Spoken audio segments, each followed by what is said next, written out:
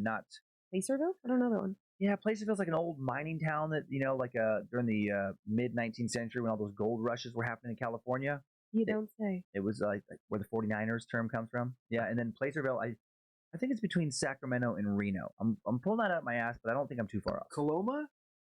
That's what I'm getting on the internet. Coloma? Coloma or Coloma? Coloma is where that hotel was. I wonder how, out of curiosity now, because it'll stick in my brain. How far is Coloma from Placerville? I gotta know if I was in the ballpark. Okay, let's hear it. So if you do a distance from Coloma to Placerville, California, Google should throw up just because I do that all the time because I'm a maniac. Okay, give me a sec. So I'm just looking at a map, trying to find it. It's not on the map. Yeah, you don't have to do a map. You just have to do a Google search. You say Placerville, California to Kelowna, California distance, and it'll throw it up in miles.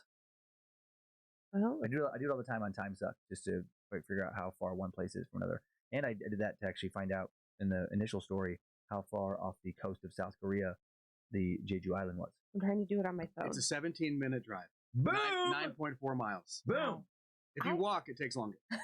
Less than 10 miles. So I was okay. I am continually amazed at your random geographical knowledge of places that most people have never heard of.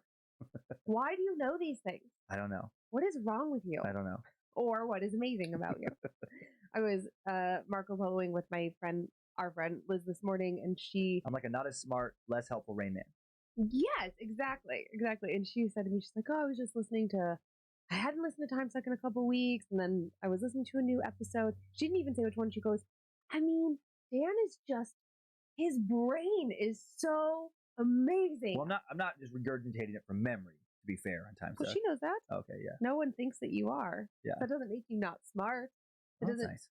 I mean, you still did the research. You still comprehended it. You took it. You reformatted it and regurgitated it in a way that makes sense to more people. I mean, that's the whole premise of the show. I'm trying to become a robot.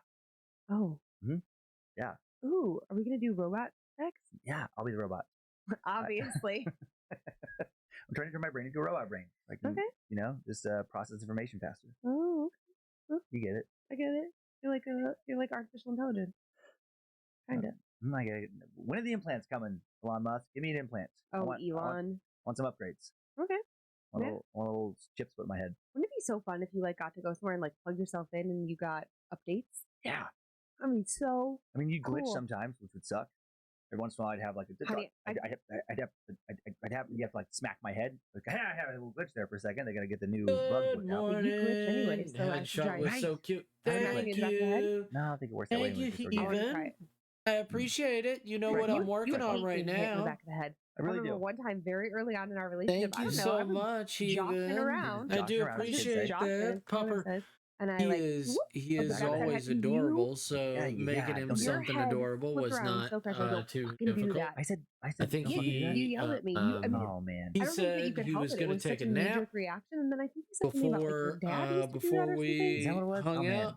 And I think that nap has become sleep. Have a conversation about why you don't like to get hit in the back of the head. Now I'm trying to remember. I really don't like it. Which is exactly what I thought it would be. Every person has a certain thing that will just send them over the edge, and that I think seems to be yours. I think I'll have to keep that in mind. I think he has fallen asleep. Yeah, I know you're having. And also reaction. Abel has probably fallen asleep. I don't know. Swish? I do. He might not.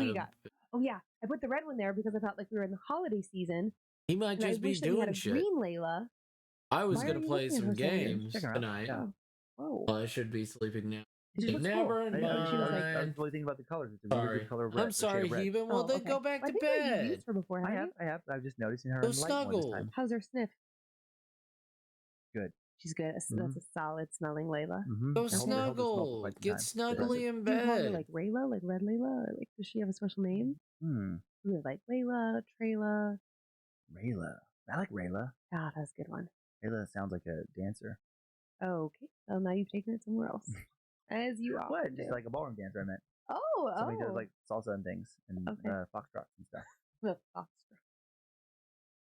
The world's least sexy dance ever. The foxtrot. Oh boy. Okay.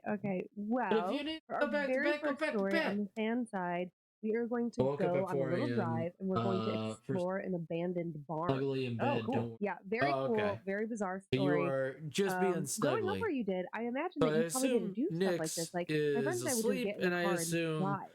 We would just go for drives. Like there was nothing to do, there was nowhere to go, there wasn't a party or whatever. Oh yeah. But you would just drive our around. good friend, and kind of just like get Big lost. Boy But, McCheese. well, no, but you just lived in a canyon, so you're like there were no like side streets or neighborhoods to explore or houses to go. Be like, oh, someday I want to live in that.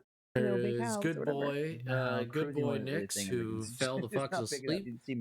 I thought was going to happen, and I'd rather him be asleep because he needs sleep, and he's been such a sweetheart hanging out with me. I love a good drive. I know he wants to hang out with me because I love a Sunday drive. You know the reason why. And I've gone on like rides. I don't know. I guess I never really did do cruising. But no, not really. Okay. Not really. Sleep to well, get during better. the early phase of the pandemic, I would convince you to like go for Sunday drives because there was nothing else to do. I don't know. Is this a male or female right here? My best friend. I don't know. What? That's cool. Or scenery. did you even know and you don't care? These two fans, man, they really go for it. And I mean, I have to say, in all of my drives, I've never gotten out and explored anything. I just stay in my car. These kids, they took it further. They took it too far. Hello there, King Creeper and Queen Peeper. I've been listening to Scared to Death. Is it male, female? When it came up on my Spotify, you might like suggestion, and was immediately smitten with the I try to scare my wife with spooky stories show summary. I've since been absolutely in love with the show and have listened to every episode, including the bonuses, at least once. I've thought about writing in for a while now, but I wasn't really sure how it would be categorized. But after hearing many stories and how varied they are, I decided it didn't really matter that I don't know what happened that night. That said, I think in the wise words of Samuel L. Jackson in the 1993 smash hit Jurassic Park, sideways, hard eyes. Shit's about to get weird. I mean, I don't know. Your son can tell me. And as you might imagine, is he there? There wasn't much to do. We had a 24-hour you know what? Walmart. He's probably asleep. It's 4 a.m. We were drunk at 3 a.m. But otherwise, he's probably our asleep. options were drugs, fucking, Let or him driving. sleep. For the most part, I was part of the Hopefully group that chose he'll driving. enjoy whatever My friends and I would draw. drive for hours on end. Sometimes we knew where we were headed, and other times we just got lost intentionally. I mean, it doesn't matter if it's male or female. Figure out how to get back home. We were also intrigued by the idea of urban exploration, but given that we were halfway to the boondocks as it was, there was really nothing urban to explore. Instead, we settled for old cemeteries and abandoned buildings that we came across on our aimless trips. One friend in particular that was most frequently my driving buddy, we'll call her Steph. He's Steph sleeping while it's a surprise for his birthday. Hopefully he'll enjoy it, you know? Would point which direction they wanted to go, and the driver would follow instructions. We definitely ended up in another state more than once, but that was part of the fun. On one of these trips, we had found our way deep into the heart of BFE with absolutely no clue where we were. There were definitely no clearly marked delineations between towns this far out, and this was the age of independent GPS devices, which we did not have with us on this trip. We were getting ready to start figuring out where the hell we were by way of driving towards whatever lights we could see in the distance in hopes of finding a gas station when we saw an old, apparently abandoned barn set way back from the main road. It was clearly not used, so I'm and there sure were he wood will. panels I love on the side of the structure beginning to cave in, and the roof was somewhat mangled. But it gave the feeling probably of having is like, been I just want to off look the path of cool, a small tornado. I want to look super. Of course, we were immediately excited to explore. It was just past 1 a.m, and if we could get a little extra from our trip and have a story to tell, we were definitely going to take that opportunity. We found a small dirt road that appeared to lead straight to the barn, so we turned off and headed down, hoping the little station wagon could handle the rough road. We made it about halfway before the road became too difficult to navigate, and we decided to get out and walk the rest of the way. Being heavy into our goth phase, we were both wearing boots, and we had kept flashlights on our keychains for situations just like this. So there really wasn't a question about whether or not we could trek in or not. It looked like a pretty standard barn from the distance that we were at. Faded red paint, large doors that had probably been white at some point. One was lying on the ground a small distance away from the barn proper, and the other was clinging to the frame by loose hinges. Steph and I were joking together as we approached something about the barn being haunted by the cattle of days gone by. We were maybe 100 yards away when we started to smell it. It definitely smelled like something decaying, but we couldn't figure out quite what it was, if it had been something that had been alive or not, because it smelled kind of sweet. We pulled up our shirts over our noses and pressed on. Okay. Because finding a dead if he animal likes looking would be one cute, hell he of a likes story to looking tell our cute. friends. And maybe we could even get some cool have no pictures idea. to post to our MySpace pages to brag about how tough we were for getting so close to something so gnarly. When we got to the barn door, I we were have no fighting back idea. the urge to Because vomit. I remember when I was a kid, I always wanted to look. We had to see what was inside the barn But itself. you know, I don't know shone what cool our is these days. keychain flashlights in. I'm an didn't old illuminate man. much, I'm but we were able to 31. tell that the hay All loft I had know collapsed, is and there looked that to be something Among Us is large and dark popular, lying and at the back of the barn, Fortnite, which we assumed must have been what was causing the smell. and I what moved else? first, and as soon as I stepped into the barn, Okay, this I don't incredibly know. loud I don't know. buzzing sound started up, like someone I don't even know unpausing what a kids cassette watch tape. on the It sounded like being YouTubes completely either. surrounded by winged insects, like the sound of a fly passing right by your ear, only thousands of flies constantly swirling around me, each one as loud as a motorcycle engine. I couldn't see anything that would cause the noise, and looking back at Steph, she seemed confused. You don't hear that? I half shouted at her. Hear what? She responded, barely audible over the noise. I motioned for her to come closer, and as soon as she crossed the threshold, her hands immediately shot up to her ears to block the sound. We had a quick exchange of what the fuck before we started shining our flashlights around the barn in search of the source of the smell and now the sound as well. We were both pointing our beams at the back of the barn when we saw the dark shape begin to move.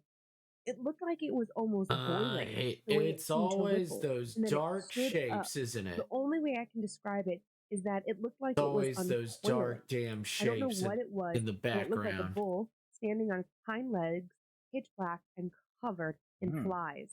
It started to move towards us. Oh, you're same as me. I've no clue what's cool, judging by his Christmas games list, Resident Evil, and Far Cry. It felt like an eternity getting out of there. The dirt road was so narrow that it was impossible to turn around, so we had to reverse all the way back to the main road. We were driving towards the closest lights, faster than was safe. It's always an evil shape in the barn. Never go to the evil shape. About what we saw, so we stopped trying and instead focused on getting back and talking about anything lighthearted we could think of. I stopped going on drives with Steph after that. We still talked, but the communication was pretty stilted, and we went longer and longer between conversations until one day, maybe 5 or 6 months later, she called me, screaming at me that she wanted her apartment key back and that I needed to stop fucking with her because it just wasn't funny. I was desperately confused because I had given her key back almost a year ago when she had given me a spare while she was out of town with her family at the Osage powwow. I asked her what she was talking about, and she started crying, telling me that she'd been finding dead flies in her windowsills, like a disconcerting amount, and she had never ever had this problem before. I tried to calm her down and offered to come over and help her sage her place, but she declined and said she would talk to her grandfather to see what his suggestion was. I never did hear how it turned out. I moved out of state a couple years later without ever hearing from Steph again. I still don't know what the fuck that thing was or if it was even actually connected to the flies at Steph's place, but I do know that I won't be exploring abandoned places again anytime soon. Calliope. Calliope? Mm-hmm. Cool name. Mm-hmm. Very cool name. Very like strong occult vibes. I think so too. Come from all that, where like they go there and then like maybe bring some kind of energy with them, or her friend did. With like the flies. Christmas games I was thinking that like some sort of occult activity happened in that barn. That's what I'm thinking. Oh, I don't think they brought it with them. No, brought it away from them when they left the barn. Like, that's why the flies show up at her place. Like attached. Yeah. Pokemon. And that weird, like maybe that bull was sacrificed Pokemon or something. Like, but what a creepy thing. I keep flashing on Shimigami Tensei, Army of the Dead, where it's like there's this like zombie tiger, and it's just like all rotting and looking around. But it is interesting, like where you're.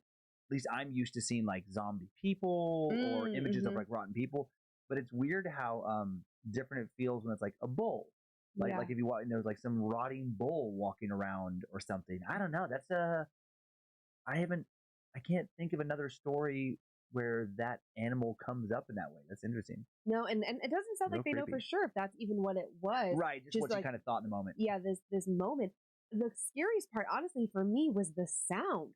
Why was the buzzing only in the barn? Yeah. Like, how weird is that? Yeah, like, if you and I are that too, but want to finish Persona 5 Striker first. Oh yeah, like, okay, I've been in a soundproof room before, and if you are standing in the doorway, one person in and one so person far, out, it's right. The game sound is not is contained until phenomenal. the door is completely closed. Yeah. So how would it be possible that Calliope is in the barn hearing this sound and Steph is like right outside the door and can't hear it until she crosses the threshold? So far, the game is phenomenal. That is so uncomfortable. I haven't seen anything any explanation that's for why a problem with the Shin Megami Tensei 5. And I've also never heard of that happening. So, like, really, probably a fucking home. I like that. I like the mystery of that one. Which is a couple isolated things that appear to maybe be connected, and it's just spooky and creepy, and we don't know why. Don't know why those things happen. Yeah, what started any of that? Yeah, it doesn't really make sense, but it's definitely uncomfortable. That's what's so fun about this world. It's like I do love just so much mystery about it. You do. Where it's like very little of it makes sense. True. Allows for so much wonder. Oh man. Remember, like, a couple weeks ago we did that, well, not we, you did that story about Brown Mountain Lights. Brown Mountain Lights. Okay, so that, what were you going to say? I was going to say brown eyes in the mountain, the lights. I was joking about something before the show, and my brain went to a different place with the brown stuff. Stay here. I am. The Brown Mountain Lights, yeah. Yeah. And so what did that end? What did they kind of think that was? No idea. Know. I mean, there's like all kinds of speculation, but a lot of it is like UFO related. And I think that's how it was dealt with on X-Files many years ago. What if you saw like just eyes floating out there? Like, I often think about, camping or just like being, in like a cabin. It's something that I want to do with like people. Our it's house, just like nobody fucking wants to go camping with like a wooded area. I mean, we don't. Nobody wants to do it. We can. Pretty close.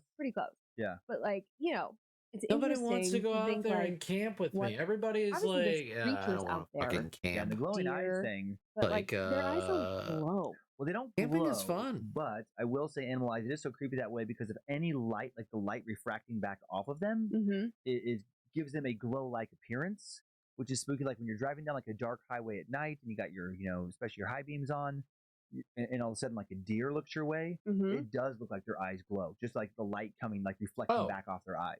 I also met a new artist. They're in the how you're describing Discord now. Not really. I only do that's nice. In town here because the deer are so docile. No, if it's real dark, or sometimes even in the backyard, our backyard, if it's like late at night. Well, now late at night, if it's 4:30 p.m. and it's pitch black out. Yeah, welcome to the Pacific Northwest. But if you have like the porch lights, like the dogs are in the corner. Yeah. Or I remember actually it's better with like the flashlight. I remember when the power went out. Damn. When we were using flashlights and I was trying to Nobody find wants to fucking camp with me. Yeah. Pretty creepy. It is pretty creepy. When I let the dogs out at night, I get really uncomfortable because I'm like, is that the dog saying no, my art isn't that good? And I'm like, you've got professional art. What's going on over there? Well, this is like a nice, fat, long, paranormal, juicy, what's in the woods, what are those eyes kind of story. The Dr. Professor Rom. Dearest Suckmaster General, Queen of Darkness, and all of bad magic. Hello. For starters, my fiance and I are longtime suckers. I'm a huge Scared to Death fan. Great pixel. We both listen fairly religiously and often give the other shit if they're not caught up. Thank you. We love what you do. And I'm like, okay, well, are you doing this for a video game? Is this some video game artwork that you're doing? I love the dark. I've never had a bad experience. They've all been benign and usually pretty spooky. I'm like, I'm an experienced tarot card reader. And much to my fiance's chagrin, continue to read when I feel anxious or stressed. Professional artwork here. My fiance and I got engaged in the middle of the COVID pandemic after having been together for nearly 10 years. Wow. We've been through many major life moments together, including high school graduation, college graduation, medical school, and now his residency. This means we've accumulated friends from all our different stops in life, with us attending 2 different high schools and universities, and him moving states 3 times without me. So when it came time to plan our bachelor and bachelorette parties, neither of us was really interested in going out without the other. On top of that, his little brother was a groomsman, and he's only 18 and hadn't left for college yet, and my sister just had my niece in 2020.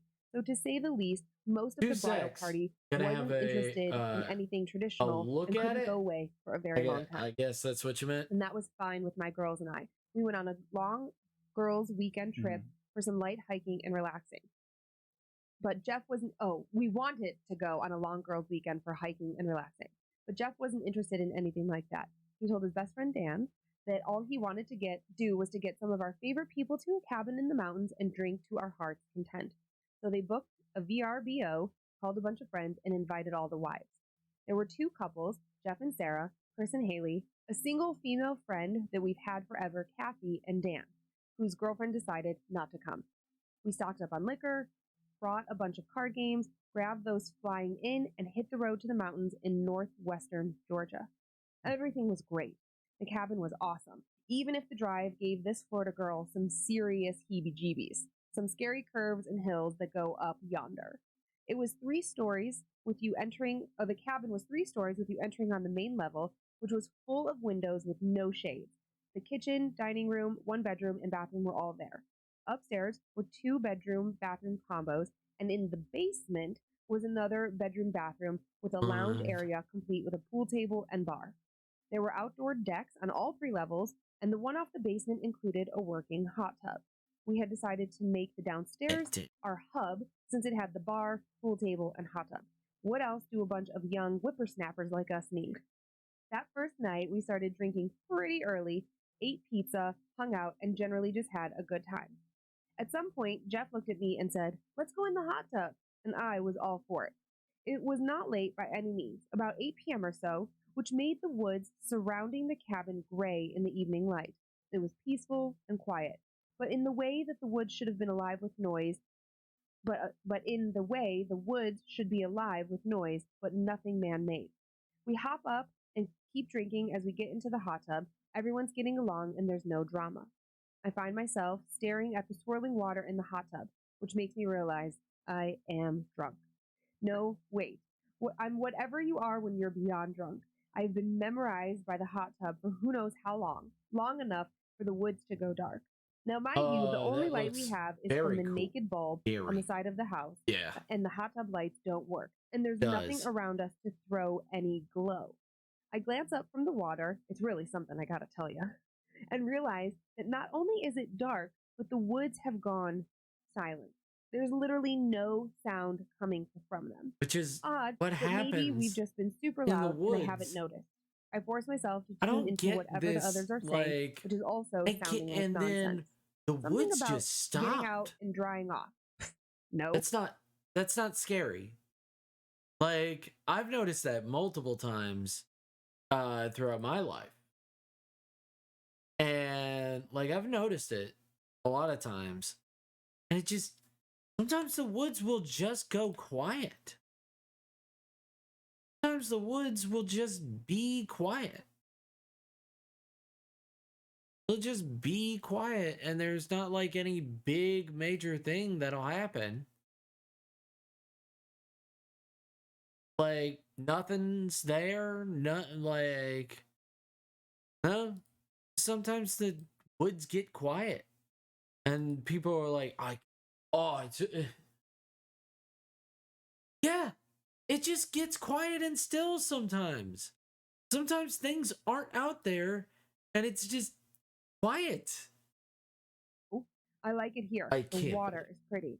So it ends up that Jeff, Dan, and Haley get out and go inside to dry off.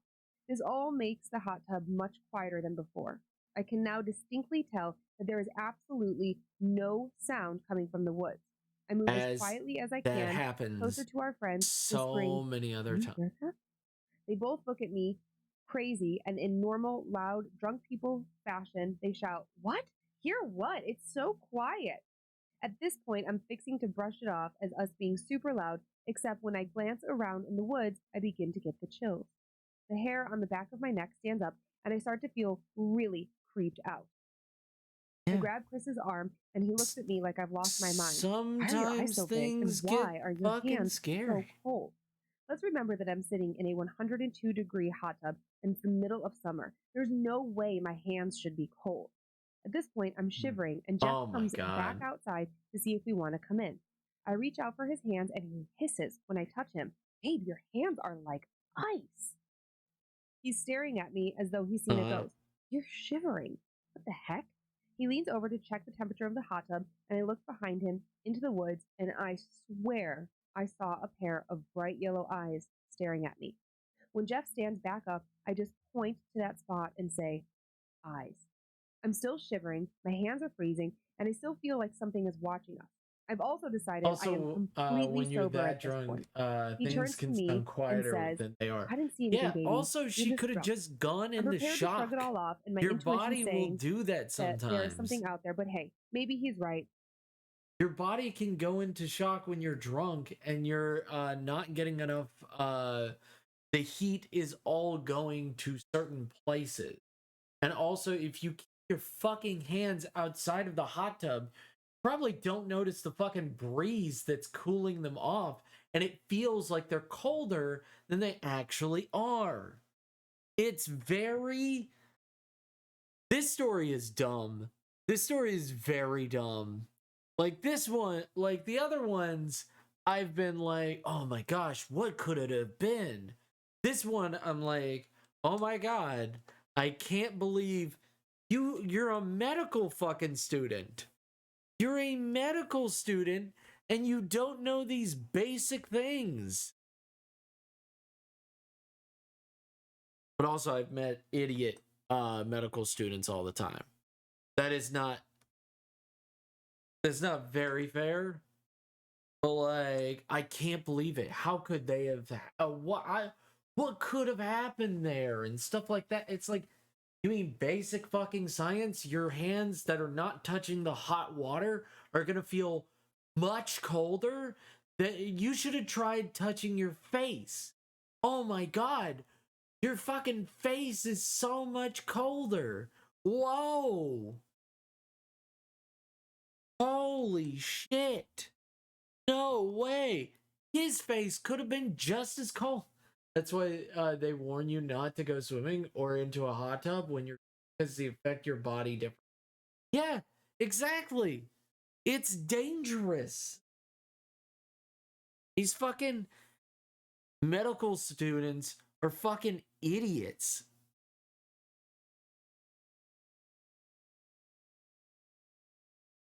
You can also send your body into shock as well. Like, that is something you can do while being drunk, high, or anything like that. Well, going into extreme temperature differences. That is something that you should know as a medical student. You're so dumb. No way there's golden eyes looking at you at night. No way. Can't believe it.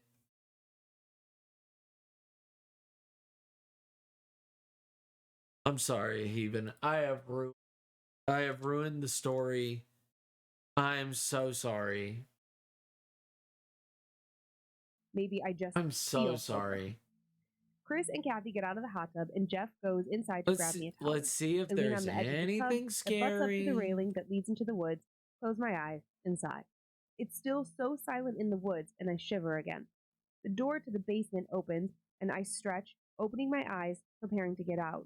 Staring at me from the woods are several pairs of yellow eyes, unblinking and wide, casting a yellowish green glow on the plants surrounding them. So clearly I can see the leaves are outlined in the dark. I stumbled backwards towards Jeff and nearly slip as I'm still in the hot tub. He hoists me out, wraps me in a towel, and carries me inside, all the while I'm staring over his shoulder muttering about the eyes. When we finally turn in for the evening, it's about 2:30 in the morning, and I still can't hear anything but the silence coming from the woods, and I'm still cold as ice. I don't really get to sleep, and I wind up waking up earlier than everyone else. I go outside onto the deck. As I have a brother that's a doctor and one that's a nurse, I fully understand. Teeming with life, friendly and inviting. You're supposed to know this. You went to medical school for this knowledge, I ask him, and it feels like it's helping you absolutely about everything from last night. Yeah, I kept dreaming about those big yellow greenish eyes. People that are come out of college are dumber than they went in. My blood went cold. and the smile slipped from my face. Sometimes. I didn't tell anyone about the color of the eyes, just that there had been eyes. Chris was just as drunk as I was last night. Maybe it was a group educate yourself as much as you is that even a thing? Sometimes you're I decided to play it cool. Maybe he was joking with me. Wow, that's weird. Just because you're good at taking tests doesn't actually mean nothing you're out of the ordinary. I tell myself I was too drunk and vowed not to get nearly as smashed for the next 2 nights. We spend our day hanging out, playing games, and we go to the local general store for supplies. That night, we head outside to go in the hot tub. I take stock of everything around us. No eyes, and the forest is bright and cheerful. We don't stay out nearly as late or get nearly as drunk and end up in bed just shy of midnight. Nothing was amiss. It was relaxing as this trip was supposed to be. Our last full day at the cabin is spent much of the same way, hanging out and eating and drinking. We're not very creative. This time, when we end up outside, I'm still sober, and once again, the woods are peaceful. We all get comfortable and tell ourselves it's going to be another early night, but somehow it reaches midnight, and I'm not even remotely tired. Jeff, Haley, Kathy, and Dan all head in for the night, while Chris and I stay in the hot tub talking about life. He's one of my best friends, and I don't get to see him that often. So every chance I have, I will take, even if it means shorting myself on sleep. We're in the midst of talking about my battle with depression, another tale for another time, when I realize the forest has gone silent once again. I raise my hand in the middle of his sentence and place my fingers to my lips. He looks at me crazy before he starts looking around, and I can see it dawn on him that it's too quiet. He makes a gesture to say, "What the fuck?" And I respond with an equally confused gesture of, "How should I know?" I reached out and grabbed his arm, pulling us both to the center of the hot tub as we keep glancing around. Not necessarily you're having the hot tub is causing you to have hallucinations, you dips. Oh my dear God.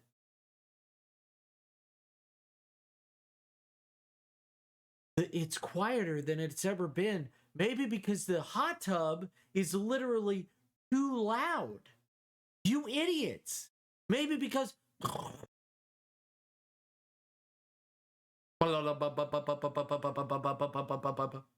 is literally too loud for you idiots to comprehend. You are drunk.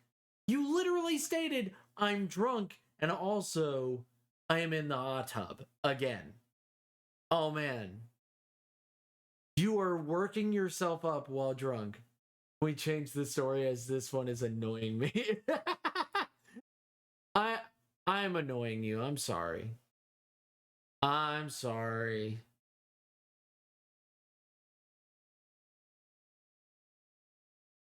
I'm sorry for annoying you. I apologize. Christmas story in the episode. So early happy holidays and Hail Nimrod. Now let's get weird, meat sacks. This is a cult unlike any other we have covered here before. I'm sorry. Man, they became so much more powerful and dangerous than any cult we've looked at so far, committing more murders. Overall acts of violence against non-cult What are you talking about? That truly a terrifying those are all normal fucking things. It's too quiet. Especially dangerous. No, it isn't. Militarized. Have you never been in the woods and it just goes silent for long stretches of time? And there's yellow eyes looking at me. Yeah, because animals are fucking curious. They're like, what are those fucking giant people doing? Consumerism-driven life with I'm very curious. What they thought were divine answers, well, why are they just staring at us? Insanity I don't fucking know. Animals will just stare. Have you ever watched something and you just stare at it for hours on end? Shortly after it formed, you're entertaining to them. Rico was initially classified as just another of the world's new religious I've been camping way too much label commonly to not get annoyed at idiots. Do fall under this big umbrella, being like, NRM. I can't believe it's so quiet. Many other spiritual movements not deemed to be cults. You're not kidding. For what a cult is, as opposed to a new religion. You've never experienced a very quiet situation. Remind everyone what the main tenets of a cult are, real quick. Also, how they differ from a religion. Let me go over a list of. Shit, you're in a cult. Wake up and run for your fucking life. One of my fucking finding the perfect definition is tough. My gosh, some so-called religions do have cultish tenets, or were once ran as cults, then softened, went a little more mainstream. Now technically a religion. The line between religion and cult, often a moving target. My neighbor's cat sits at the window and stares at you for hours. Red flag warning signs that you are animals would just do that. Hey, Mass. 1, absolute authoritarianism without meaningful accountability. 2, no tolerance for questions or critical inquiry. 3, no meaningful financial disclosure regarding budget expenses, such as independently audited financial statements. 4, unreasonable fear about the outside world. We're just shitting on a story that Lindsay that's a fucking big one today. From Scared to Death had picked out. One of the former followers are always wrong in leaving, negative or even stories. Evil 6, former members often relate where literally she's like, I was in the hot tub. A place which is going to be loud automatically, and she's like, it became too quiet when I was drinking so much that I was literally losing perspective of the world. So you were pissed. You were almost blackout drunk. You were that drunk. Incredible. Well, and you're like, I can't believe that weird shit's happening to me. Checked in with multiple exclamation because you're fucking drunk. Checked, underlined, highlighted. Hello. Sharika was a blatant, no doubt about it. If he is not, if this is not a cult, nothing is. And then there's things in the wood. The woods got way too silent, like they do sometimes. If you've ever gone camping, sometimes it just goes quiet, and there's not even like a breeze or anything. You give him everything. If you want into the inner circle, then he owes you only the promise of salvation. So, like, everything that the story was bringing up, I'm like, outside world hard and no, that can be explained away. No, that can be explained away. And literally, she states in the middle of the story that because I didn't drink the next night so much, it wasn't so bad. But the night after, I drank way more. Words, and he made it clear he was the only guy. So you were piss black drunk. You were almost than him. Blackout drunk. Made it clear that was impossible. And weird shit started happening. Started hallucinating. All rolled into one, supremely confident and ruthless. But I was confirmed by somebody. Because they're also piss drunk.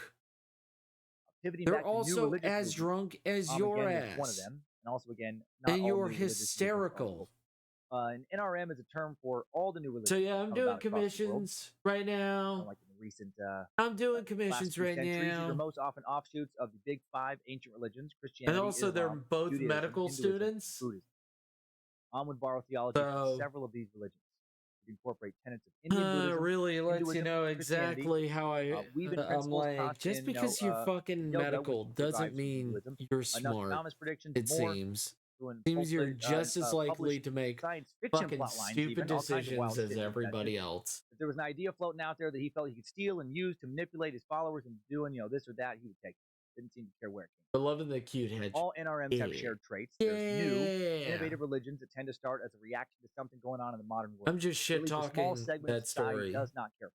Because maybe the time I was getting very annoyed very quickly, just because I'm like, there's a lot of me giving a level of disbelief or belief to a story, and it's just like some shyster like what's happening in the story. Over here, it doesn't have to be the way that you don't like. Come over here with me. We're gonna live the way you want to. We have the better way that you like. We have a better way to live that's gonna fill that empty hole you feel inside of yourself with so much meaning and purpose. NRMs represent countercultural alternatives to mainstream society and existing religious movements. Since they've formed and continue to form in an age when they are already, when there are already, a lot of existing religions and schools of spiritual thought, they tend to be eclectic, pluralistic, synchronistic, pulling a little bit of this, a little bit of that from various ideologies. NRM leaders like Shoko Asahara typically combine doctrines from different ancient religions. NRMs are often, almost always, founded by a charismatic and authoritarian leader like Shoko Asahara. He would be more charismatic and authoritarian than most, but almost all the leaders have some degree of charisma and authoritarianism. I mean, you got to have a strong leader, likable leader. At least some people. You want to get a new religion off the ground. Hard to pull in dedicated followers if you have no charisma and no authoritarianism. Most people looking for enlightenment, they don't want to deal with maybes. They don't want, I don't know, shoulder shrugs. And I think so. You can't be like, hey, everyone, thanks for coming to today's service. I'm Bobby Jenkins, pastor and founder of the Church of Boy. I sure hope so. Is there a divine being who created us and cares for us and will reward our pain here on earth with eternal pleasure in the afterlife? Boy, I sure hope so. Has an omnipotent celestial being chosen me as its prophet to share its eternal truth with you? Boy, I sure hope so. I mean, I'm definitely hearing a voice in my head. If it's not God, we're all in a heap of trouble. Do I think I can fearlessly lead you to the promised land? Boy, I sure hope so. I definitely have my doubts. It's very adorable. No. Tough way to convince a group of strangers to dedicate there once was a man from Nantucket you gotta speak with charismatic who went back certainty. home and said, fuck which means in the spiritual realm, you gotta lie. You gotta act like you know more than you know. You gotta give people some of that, I found the truth.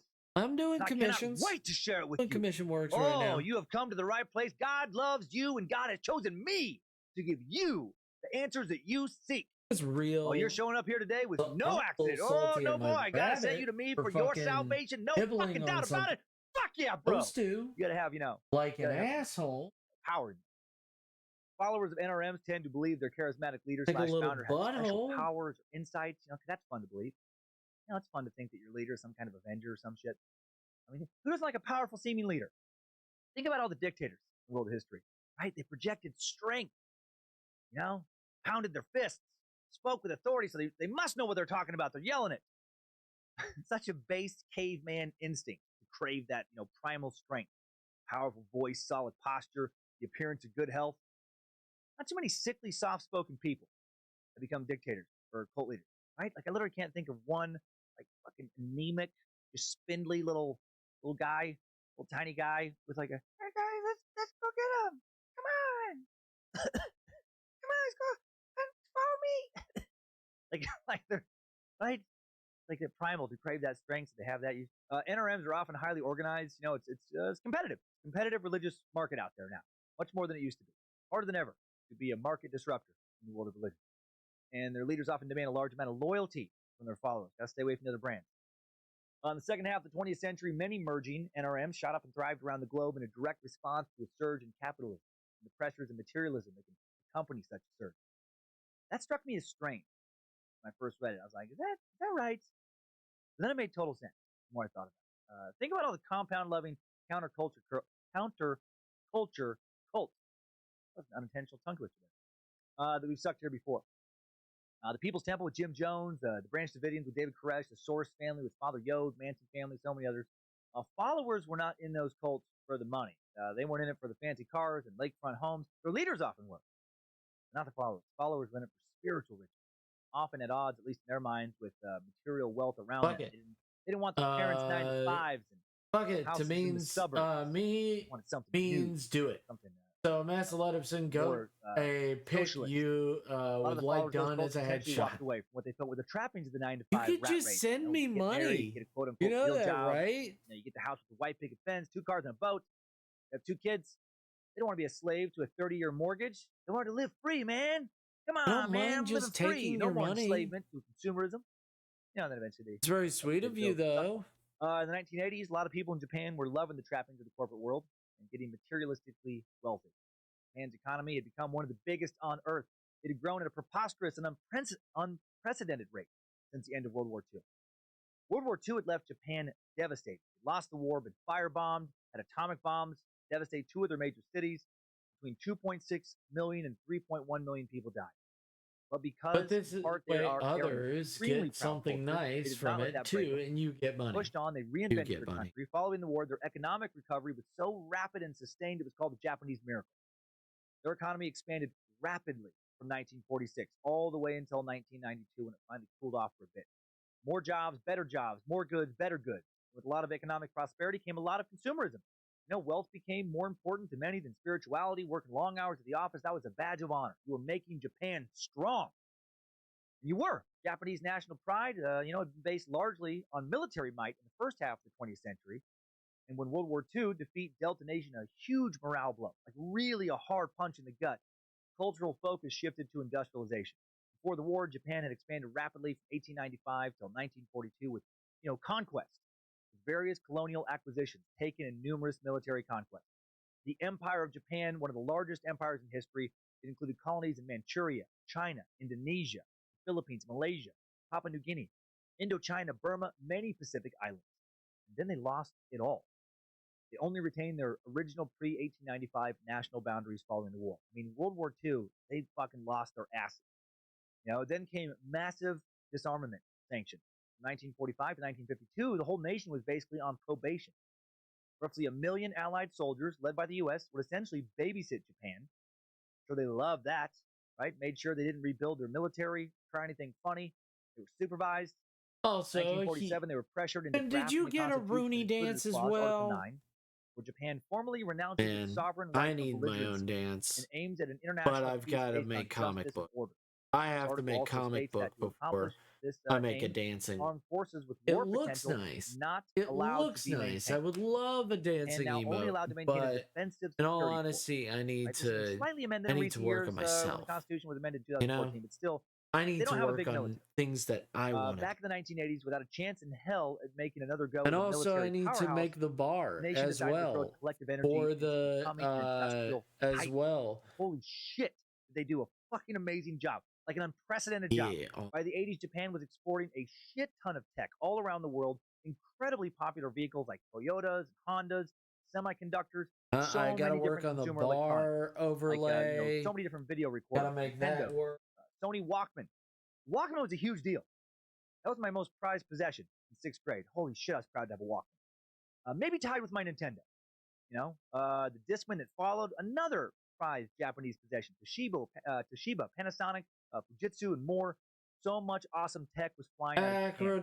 Just like now, how I feel like everything is made in China. Back in the 80s, to me, it felt like everything cool at least, was made in Japan. If you get enough beer, Japan, utterly devastated less than 40 years earlier, now ranked as the world's second largest economic power after the U.S. I mean, that's a crazy trajectory to go from being utterly gutted to second, largest economic power in the world. Just, a few decades. So where the hell am I going with all this? Fucking nowhere. I just wanted you to know that Japan's economy was fucking lit, and I liked having a Nintendo in a Walkman. No, because of the sustained period of economic development, many young Japanese men and women whose parents and grandparents had worked long hours and built out comfortable lives for themselves, they got a little soft. They got a little spoiled, as people do when things have been too easy for a while. It had been a long time since their families had struggled. And now they took having a nice place to live, a nice car, food on the table. They just took it for granted. Forgot about how hard you had to work for it. And they started to question the older generation's emphasis on materialism. Ironically, they had time to question it because their lives were pretty fucking cushy thanks to their parents and grandparents' emphasis on hard work and consumerism. They now had the luxury of being able to do a lot of soul searching. They started thinking a lot more than their parents or grandparents had about, what's the true meaning of life? Why am I doing this? And because their parents' generation was not very religious or spiritually focused, they didn't know a lot about spirituality and religion. And they ended up becoming a prime target for cults. And this all makes me think about an old college roommate I had. Lived with him in Gonzaga's good old Catherine Monica dorm, old CM, my freshman year of college. Sugi. Can't remember Sugi's last name. Sugi was older, somewhere around 24 or 25 when I was 18. He was a ESL, English as a secondary language I hope student. you didn't start mine. Quickly became our go-to I have not started yours yet. Sugi. Yours is next. And he had a friend about the same age. Why Tetsuya, did you? And I hung around with those two dudes a fair amount my freshman year, along with some of their Why other Japanese did you not friends. want me to start yours? I can I can hold it off. Gonzaga directly from Japan. They both I can hold it off from yours. Impressive to a little small town like dirtbag like me. They both always had weed, listened to cool music. Always taking trips, check out bands. I can hold off from yours for a while. You know what? I can put it all the way in the back row. Back pretty cushy lives. They always had money. They both told me if you want, I can hold off, or at least corporate completely on yours, and just we'll do it later. Hard ass dad. And I remember both of them alluding to their dads being not very happy with him because I shared a dorm room, a little tiny dorm room. Not gonna lie, I zoned out. When he spoke with his dad on the phone, I would sometimes he even wants to throw me money. I don't understand the word yet. With the tone, he even wants to throw me money, so you get a headshot. Both explained how they were really going to enjoy, their time at Gonzaga in the next few years. He has a lot of work on his hands right now. Fucking over. They were totally serious. No worries, man. Have fun. Their dad, I guess, let them have fun for a few more years. Then they had to return to Japan, jump into the corporate world, work a ton of hours, etc. There was a heavy expectation of get your shit together and join the corporate workforce. And they would do what their fathers expected of them. I remember Tetsuya, not surprisingly, being a little bummed out about this. Really? One night I after feel doing some night bad. hits Well, weed in his apartment. She wants to throw money at me, so I'm not going to stop her. Job you don't want to do. And I just remember him kind of like, her money. You don't know what you're talking about. She can do whatever she wants with it. Like, just kind of laughing it off. He's like, yeah, I do. You know, he knew, or he felt that he had to do that unless he wanted his family to be deeply ashamed of him for the rest of their lives. It would be a huge insult to his father's honor to not do what his dad told him, even though he's a fucking grown ass man. And I just remember thinking about how much pressure he must have felt. My dad never expected me to follow him into construction. Actually, didn't want me to. Wanted me to do something else. He felt like it busted up your body. I feel like you have to climb the corporate ladder, work long hours for years, or you're literally an embarrassment to your family and have broken your dad's heart. That's a lot of fucking pressure. That's a lot to put on your shoulders. And most of a generation in Japan felt this pressure. Most of a few generations felt it, actually. Then the generation in the 80s decided to do a little more about it. You know, most caved like Tetsuya, but some, they rebelled. They eventually pushed back and they decided, the 9 to 5 or the damn near all day at the office life, not for them. And these were the people who targeted. People disillusioned with the corporate world. And that's generally who cults target, but this is a little different slant on it. They look for the disillusioned. Usually they look for people who are disillusioned with not being able to get a good job, not being able to get certain things in life. And, the poor and the downtrodden, these were people who were doing well, but disillusioned with kind of the hamster wheel, in their minds at least, of the corporate world. And recruited unusually disillusioned people who were it's okay. It can be next. I'm here now. Medicine, biochemistry, architecture, biology, genetic engineering. Most of their initial core members, the people who built out the well-structured leadership by the way, we have later who on, the fuck is talking? Educated people in the 20s and 30s it's just Dan from traditional Japanese Dan. One parent of a cult member said these recruits were often book smart. I can turn it down. But not worldly. Put on some music. About their field of expertise. Don't tell me what the fuck to do. I'll fucking listen to whatever fuck I want. Hours. How about no? Year after year, nose in the books throughout their childhoods. No. Hours. How about no? They weren't worldly. They weren't street smart. How about you don't tell me what to do? I guess you probably I like you, but you don't get to fucking tell me what to do, and I get to do whatever I want. It's my stream. Someone like Asahara. How about that? Members were people who were desperate for spiritual answers, of course. That's how you get into a cult. To know the true meaning of life. And the charismatic Asahara promised them real happiness. What did I say? Real happiness and salvation. Yeah, you gotta, and of course he promised. Again, you can't be like, boy, I sure hope so. No, he was like, oh, fuck yeah. Yeah, do this. Follow me. I know all the answers. Oh my God, are you kidding me? We're all gonna live forever. It's gonna be great. He built trust with them. He convinced them that he was all-knowing, had mystical powers, and they bought it. They wanted to believe something like that could be true. And then most of them wouldn't hesitate when he eventually turned his followers into a formidable army. And they did become an army. Robert J. Lifton, author of a book on the cult we leaned on a bit, titled Destroying the World to Save It, Shinrikyo, Apocalyptic Violence and the New Global Terrorism, writes, for the first time in history, we like the spooky stories, most of them.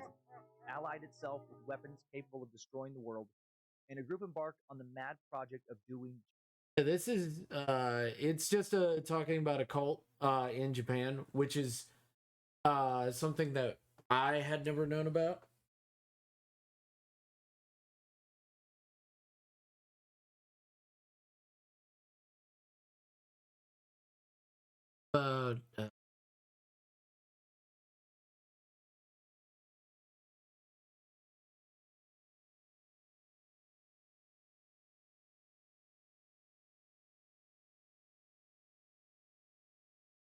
That.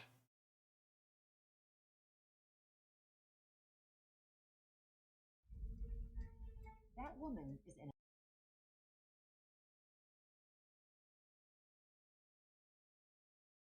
There's no place to escape to. This is the last On the left.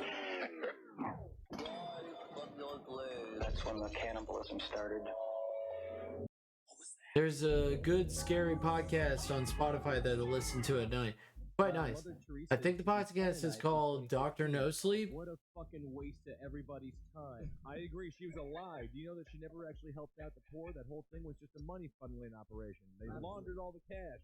She may as well have been a Courtney Cox or a Giselle Bundchen the way she used all of those lepers for PR opportunities. Indeed. Mother Bunchin. I want to start this whole episode by decrying Mother Teresa and say, if I had seen her, I would have set her clothes on fire. Oh, that would have been nice. It's not the first time that we've talked shit about Mother Teresa on this fucking show, and I don't know why either one of you are pretending like it is. What? I don't remember making official last podcast on the left official stance.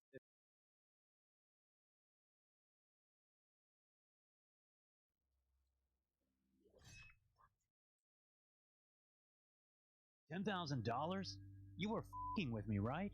Tony asked in shock. I'm dead serious. We'll split it 3 ways. We just need to stay in there for 12 hours, Dan explained. Man, I'd pay to stay in a haunted house. This is literally a dream come true, Tony said. Sounds good, but this is different. 10 years and no one has completed the challenge, Dan said. I'd remained silent during their discussion. Just like them, I loved anything abandoned, haunted, or scary. But Dan was right. That place was different. It was just wrong. Hey, Ian, what do you say?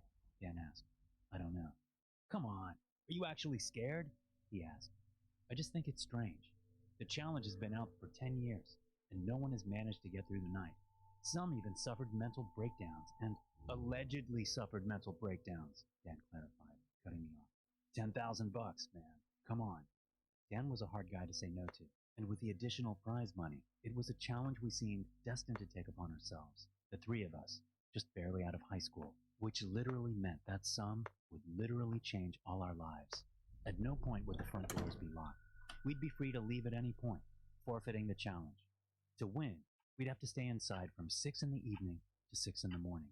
In theory, it sounded easy, but reality would prove to be far more complex once we set foot inside.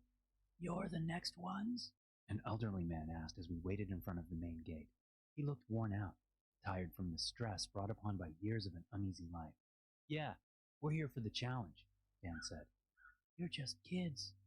Are you sure you're old enough? He asked. We're all 19. Well, Tony is still a week away. He's a slow one, Dan joked. I'm gonna need some ID, he said. A driver's license would suffice, and with a sigh, he led us towards the front door. 12 hours. These are the rules, he said. We know. It's going to be fun, Dan said. No, it won't, he said as he unlocked the door. It creaked loudly as it opened, revealing little more than a main hall covered in dust and darkness. Feel free to leave any time, but you should know that it keeps getting worse the longer you stay inside. At some point, you won't be able to leave, no matter how much you wish to. What do you mean? Tony asked. That's all I'm allowed to say. You wouldn't like it if I said more. Yeah, let's go. I want to get paid, Dan said. He nodded and led us inside. The clock struck 6 the second it locked in place, the sound echoing through the large halls. It had begun. 6 p.m. Seriously? This is the impossible challenge? Dan asked. Yeah, looks kind of lame to be honest, Tony chimed in. They were both right, though the place looked eerie enough. It wasn't different from any other old house. Small windows letting the smallest amount of moonlight in, and dust-covered furniture from the last century. It was spooky, but that was about it. 9 p.m. We'd spent the past 3 hours exploring every dusty room of the house, and we were woefully disappointed in the lack of eerie events. It seemed like child's play getting to 10,000, yet something felt wrong about the place. Logically, there wasn't a single threat nearby, yet for each passing minute, I got an unexplainable feeling of impending doom. I didn't feel comfortable sharing it with Dan or Tony, but the look on their faces told me they could feel it too. 11 p.m. We decided to spend the remainder of the night in the main hall. All things considered, it was the cleanest and most well-lit-up place in the house. Only on the rare occasion that someone needed to take a leak, we would split up to visit the ancient bathroom. Dan and I were sitting silently together as Tony did his business. The house creaked weirdly as the wood reacted to the changing temperatures outside. We were considering whether or not we'd just sleep through the night and collect our winnings, when we heard a loud gasp coming from the second floor. We rushed towards the sound without hesitation, running through a door none of us had even noticed up until that point. It led into a children's room with cheerfully painted blue walls with ducks on them, and in the middle stood an empty crib. Tony stood motionless in front of it, not even reacting to our presence. The entire room felt out of place, too modern compared to the rest of the house, but it wasn't exactly scary. Tony, Are you all right? I asked carefully as I tapped his shoulder. It's not possible, he mumbled. What is it? This is Henrik's room, he responded meekly. Henrik had been Tony's infant brother, one that passed away from SIDS at 6 months of age. Tony had been the one to find his lifeless body in the crib, an event he'd only mentioned to his closest friends, one that had traumatized him. That can't be. How could they know? I was cut off by the faint sound of the baby crying. Is that? All of us stood frozen in shock as we realized the crying was coming from the crib. Dan started pulling the blankets away, desperately looking for a speaker or something planted there to scare us, but it was empty. As he knocked the crib over to check under it, the crying suddenly stopped, giving way to a twisted child's laugh. Then the door slammed shut, plunging us into total darkness. We quickly got our flashlights out, but as we scanned the room, we realized the innocent wallpaper had been replaced by cold, stone walls, and the crib had turned to little more than broken wood. The room had vanished, replaced by an empty prison. We rushed outside, retreating to the main hall. For a moment, we contemplated leaving the house, but instead we remained, sitting in silence as we tried to process what had just happened. 12 p.m.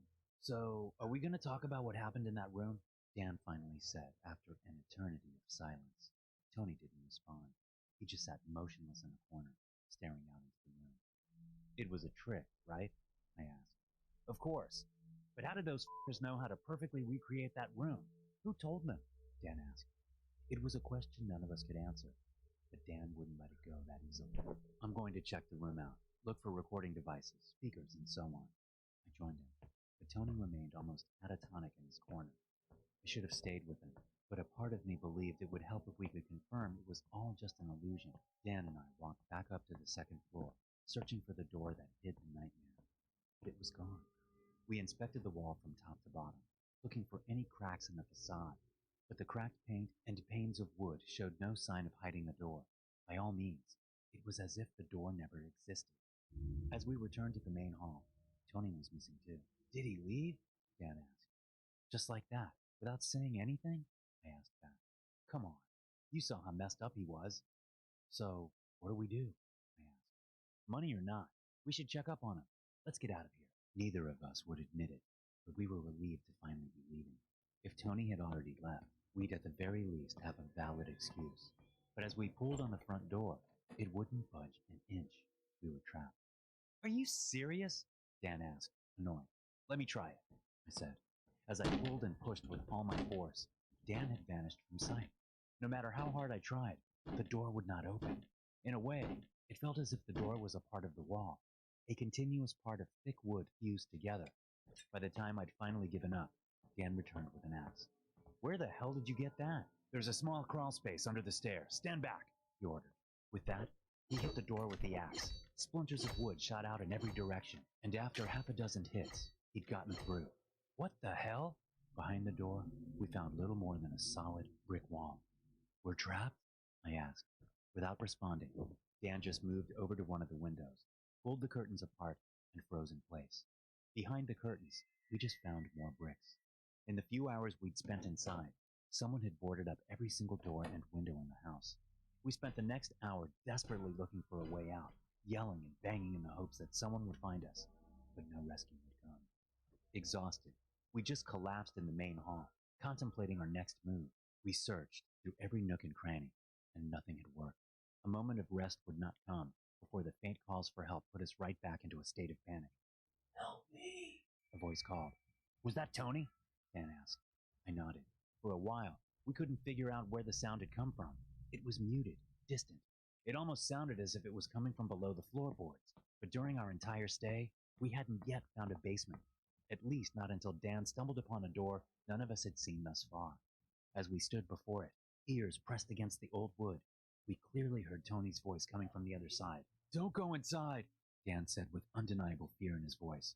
But it's Tony, I said. We don't have a choice. I opened the door, revealing pitch-black darkness below. Tony! He called into the void. You founded your kayak company because you love the ocean, not spreadsheets. You need to hire. I need an... Oh, he called out with a weaker voice than before. We turned our flashlight back on and rushed downstairs. At the bottom, a massive basement was revealed, causing all sounds to echo in every direction.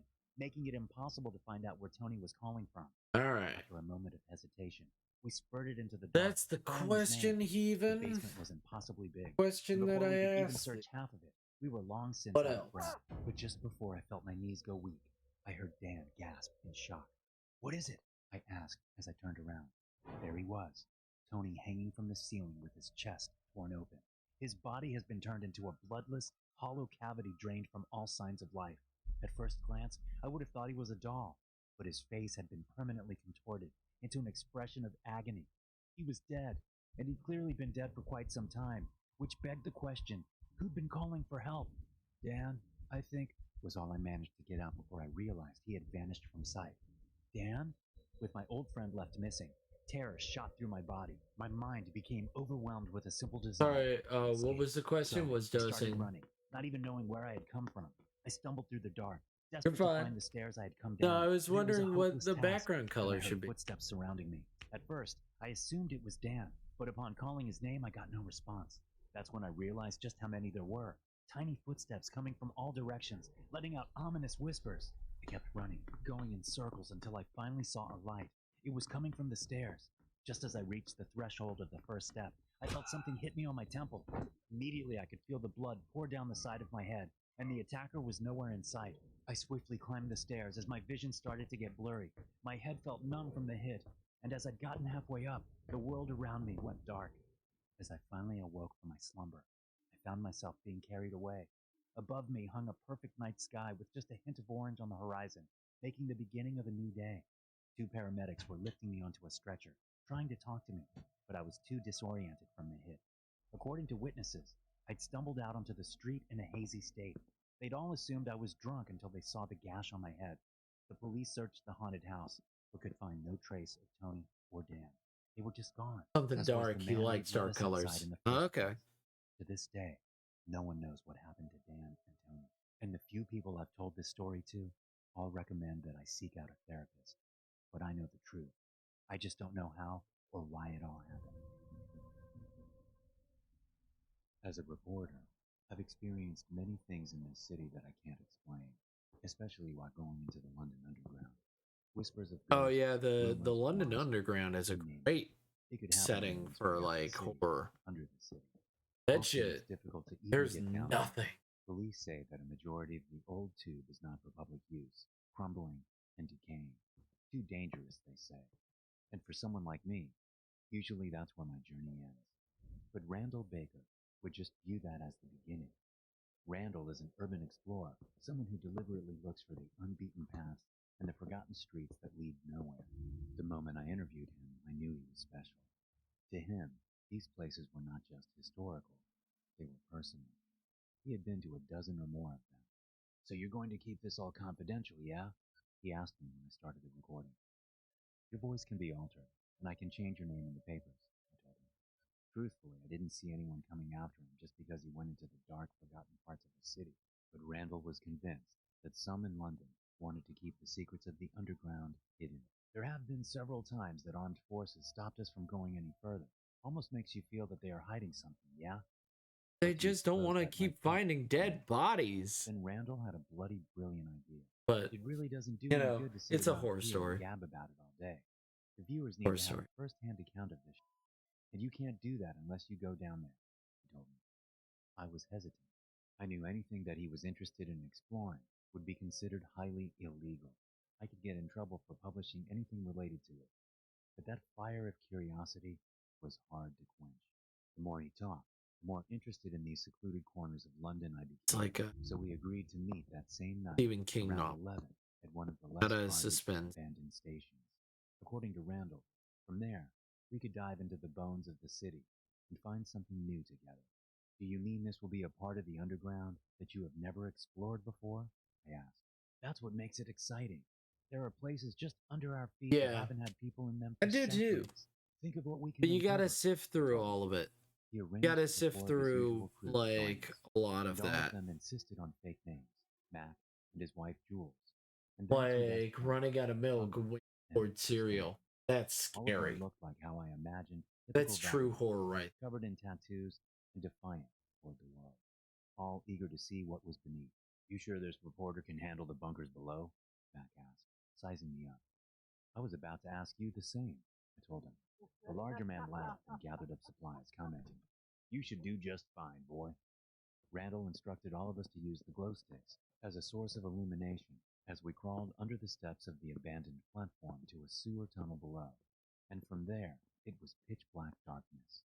The air smelled of sewage and trash, not exactly inviting for this sort of adventure, but I knew to expect it to get worse as we ventured down. Death and decay would soon follow. The entire group remained silent as we began to work down, using a rope to tether us to the surface and shimmy into the tunnel. Quartz is finding out the milk is out of date. I knew there would be rats and roaches and other troglophiles. Or when you heat up the pan with oil to make sunny side up eggs, only to find you don't have any eggs. Our feet hit the solid ground, and we were standing in what looked like a massive. You know what's scary?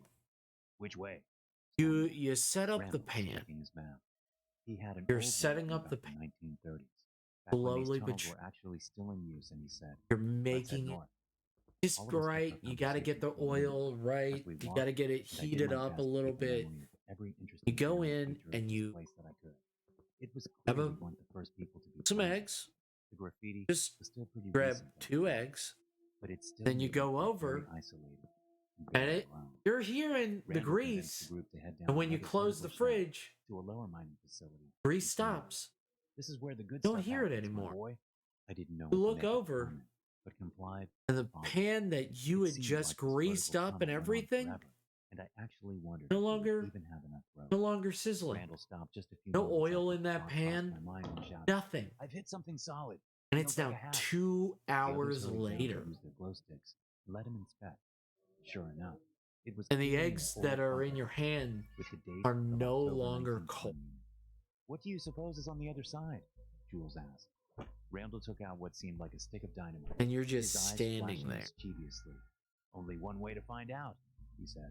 All of us hurried up the rope to get away from the blast radius. I even wondered if the tunnel itself might collapse when the explosion. That's a good one too, Bass. We survived that craziness. It was nothing compared to. I don't know. I would be afraid of that. As soon as we got in, it felt like I was in a time capsule. Everything inside was perfectly in its place. A definitive blast to the past. Whoa, never seen this before, Storm commented as he took his phone out and started to snap pictures. You mean this is a bunker you have never set foot in? I asked Randall. He didn't respond. He was too busy observing the architecture and the retro furniture, clearly taken aback by all that he saw. This doesn't look like Eastern European style, Jules commented. Everything in here looks so well preserved, Thunder said. Then he pointed his camera toward a recliner that was sitting in front of a 1970s-style television. To our shock and horror, there was something sitting there in the chair, a corpse that looked rather recent. Holy shit, Randall exclaimed, coming over to get a better look. How long have they been down here? Jules whispered. Then, as Storm was trying to get a better angle for the mummified body, the corpse leapt up and grabbed his camera. All of us stumbled backward, trying to not trip over ourselves as we saw the strange, half-dead person try to devour the smartphone. What the hell? Quite scary. How is this dude alive? Max or you could take a doo-doo, then the splash hits your balls. We need to get out of here, he added. None of us bothered to object. Man, these are some real horror stories. We heard the strange monster making low snarling noises and start to crawl toward us. Then it broke into a dash and tackled Mac to the ground. Get it off me, he screamed. For a moment, all of us were frozen in fear. Then Randall pulled out a gun and pointed it at the creature. Mac, keep your arms down, he shouted. The monster was opening its mouth wider than normal, multiple rows of teeth pushing their way toward our friend. Randall fired 3 shots, hitting the corpse back to the ground and grabbing Mac up with his right hand. Let's go, he said. We all raced up the tunnel, trying our best to escape the creature as we heard it make another loud bellowing call. Then the tunnel we were in started to rumble. The walls shimmered and moved, and we saw rows of dead eyes opening from slits in the wall. Dozens of other humanoid creatures started to crawl toward us, blocking our exit. This way, Randall said, moving left, down a new crevice that led into a much more dilapidated tunnel. This one was clearly designed from the World War I era, with old peeling posters of using the space as a bomb shelter. But some of the artwork was more recent, and none of it in a language that we recognized. What the f*** is this? Jules asked. We heard the creatures starting to push their way into the shelter, and Randall guided us to a ladder that seemed to lead to the surface. Climb! Climb! He shouted as we all scrambled up. Storm lost his footing, not able to really grab onto one of the rails, and fell head over heels back to the ground. I could just barely see his body hit the floor as the zombie scrambled toward him. Get this rabbit, hold up. Like a fresh piece of meat. They ripped into his flesh and pulled his arms and legs apart, blood spewing onto the grimy concrete, slowly, even as other members of the undead group lapped it up. I couldn't watch the gruesome scene any further and kept climbing, reaching the top and having Jules pull me out before slamming the sewer lid down. Help me move this, Thunder said, pointing toward a large supply cabinet. Mac, Randall, and I pushed the heavy equipment on top of the drainage hole. So cute, guys. And catching our breath. Oh, adorable. Holy hell. I did not sign up for that, I said as I wiped sweat from my brow. Thunder's hands were shaking. What was that down there? He's so adorable, guys. He's the cutest rabbit. Crazy, he whispered. Randall was about to speculate when the lights in the room suddenly flickered, and I took a moment to notice our surroundings. We weren't back on the surface like we thought. This was some kind of laboratory, an observation station to watch over the undead society below, I thought as I saw multiple security cameras monitoring the feed of the abandoned tube. It started out as an experiment in longevity, a voice said nervously in the darkness. I didn't recognize it coming from Randall at first, but I suddenly realized that he was the one confessing. He was trying his best to sound brave as he explained it to us. London selected the homeless, the travelers, the children that no one wanted, and placed them here, trying to make them better, to improve our society. He looked toward me with a face of anger, of hate. But they forgot about us. They abandoned the project the same way they closed off these tunnels, and we were left to fend for ourselves. My parents had to sacrifice themselves to let me live. I had to eat them the way a dog sucks on a bone. And even though I knew that I wouldn't be around much longer, my mates were devolving, turning into God knows what, Randall stated. You let us down here to be their food, I realized. I'm preserving my society, he declared. And as I understood the reality of his dark plan, I felt a sick twist in my stomach knowing he was going to take us all down for what he believed was right. This was the story he wanted to share with the world, of the hate and anger that he carried from childhood, of what was waiting to burst into the world above. How long, I wonder, after we are gone, will this underground society stay down here? And when will they be hungry for what awaits them in the light? I shall play with a friendo. Good luck with the rest of the comms, Cody. Sorry for leaving soon. It's okay. It's okay. Here. I don't know where, I don't know how, but it's here. It's inside the house. I've done everything. I've called Todd, I've called Howard, I even called a goddamn exorcist. None of them believed me. None of them so much as offered to help. Now it's Halloween and it's stronger than ever. I can feel it moving through the house, like a great darkness suffocating the light from everything. It's already taken my business partners, John and Erica. It's already taken so many others. I'm upstairs in my bedroom closet. I've been here for 3 hours now, and I'll be here for 3 more if that's what it takes. I don't know if the thing hates the sun, but it never bothered me during the day. Only at night. Always at night. There's a creak and a groan outside, on the steps, and I feel the house tremble as something monstrous moves through it. My breath hitches in my chest, and I remind myself to be still, to be quiet. I just need to make it until sunrise. Just a little. Heben, what do you think? Then the voice follows. What's your opinion? Raspy and inhuman. So many lives, and so little time. It's singing a song, but the tune is broken. Each word scrapes along my ears like a razor blade, cutting deep into my mind and pulling back memories.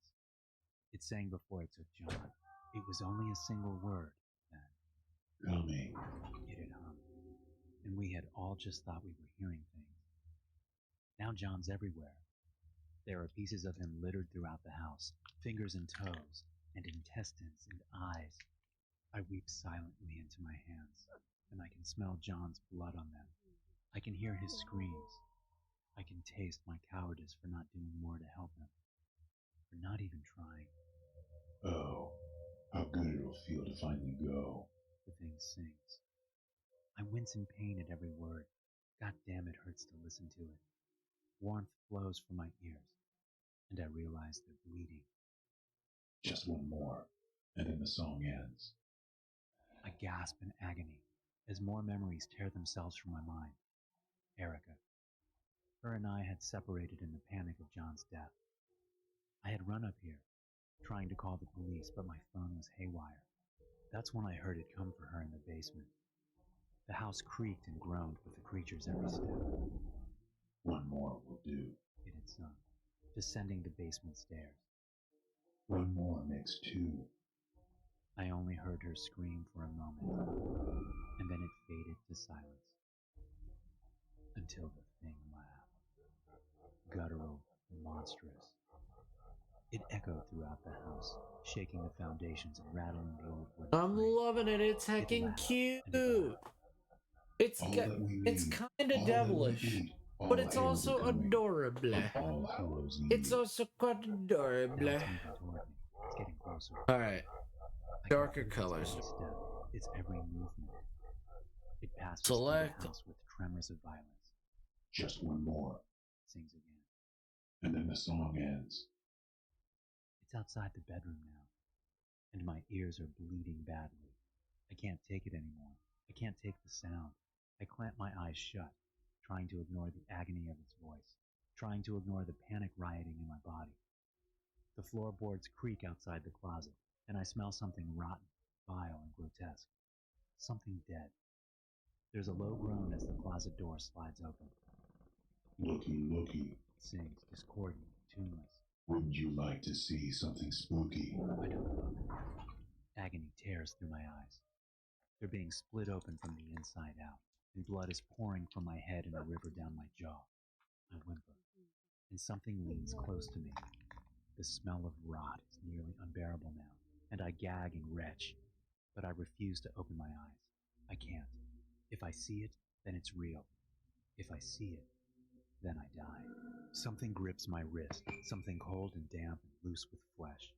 It pulls me from the closet, and I howl in terror and fear. It's taking me somewhere. Please, I sputter, please don't. My leg creaks as it drags me down the steps, and I scream. My eyes are clamped shut, but I feel myself moving through pieces of John as the creature pulls me through the house. Finally, it stops. I'm hyperventilating now, my chest rising and falling in rapid succession. No, no, no, I mutter again and again. Huh? Yes. It says. It's adorable. Devilish, just like him. And I feel my shoulder snap backwards out of its socket. Just like him. Old wooden stairs, my head smashing against the steps, my wrist snapping in half as I finally collide against the landing. I groan, tears and blood streaming down my face. Looky, looky. It sings, though its voice is now guttural and horrible. It grabs me by the back of my hair, pulls my head up, and reaches its fingers down to my eyelids. Would you like to see something spooky? It pulls them open, and I see our studio. Our camera is pointing toward the cages, 10 of them, each filled with pieces of the children, each a tapestry. The light in the basement is dim, but I can see Sally's witch hat, still tied to her head. I can see Michael's werewolf paw, still on his dismembered hand. I lick my lips. There, in the back, is Yonda's Cinderella costume, the glass slipper still upon one of her feet. The thing throws me forward, and I crash against the steel bars of the cage. Oh yeah, I almost forgot. I see Erica's corpse. My dear filmmaker, mutilated and cut into pieces. Her eyes are missing. Her hand is stuffed halfway down her throat. I lean forward and vomit, only then realizing that I'm lying in a pool of her blood. So many lies, and so little time. Creature sings. I hear the click of a button being pressed, and see a red light hovering in the darkness. The camera is recording. Looky, looky. Please, I rasp. The house creaks and groans as it steps forward, and my body scrambles backward on its own accord. Please. Wouldn't you like to see something spooky?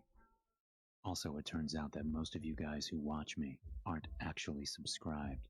So if you like the content and want to support the channel, go ahead and hit the bell. It's free, and you can always change your mind later.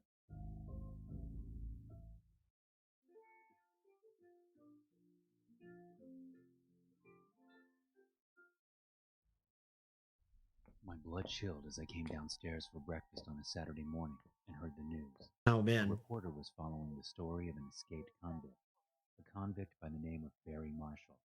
But in the public mind, he was better known by his nickname, Big Red. His string of serial murders had come to be known as the Big Red Killings. The reason for the name was twofold. The term big came from the fact that Barry Marshall was a very large man, but it also referred to the location of the murders, the Big Apple, New York City. The word red referred to both his style of killing and his preferred victims. Every one of his victims had been found strung from their feet with slits in their throats. This allowed for the most amount of blood possible to spew out onto the ground below. Damn. He drained them like animals to be butchered. As for his preferred victims, he seemed to exclusively target women with red hair. I was more familiar with his motives, his actions, his desires than anyone else. 3 years prior, I had been the detective who had finally it was my gotta wait for this to save correctly, and then I will work on Acro's thing. On an ordinary Saturday, some stranger was telling me that this man had escaped.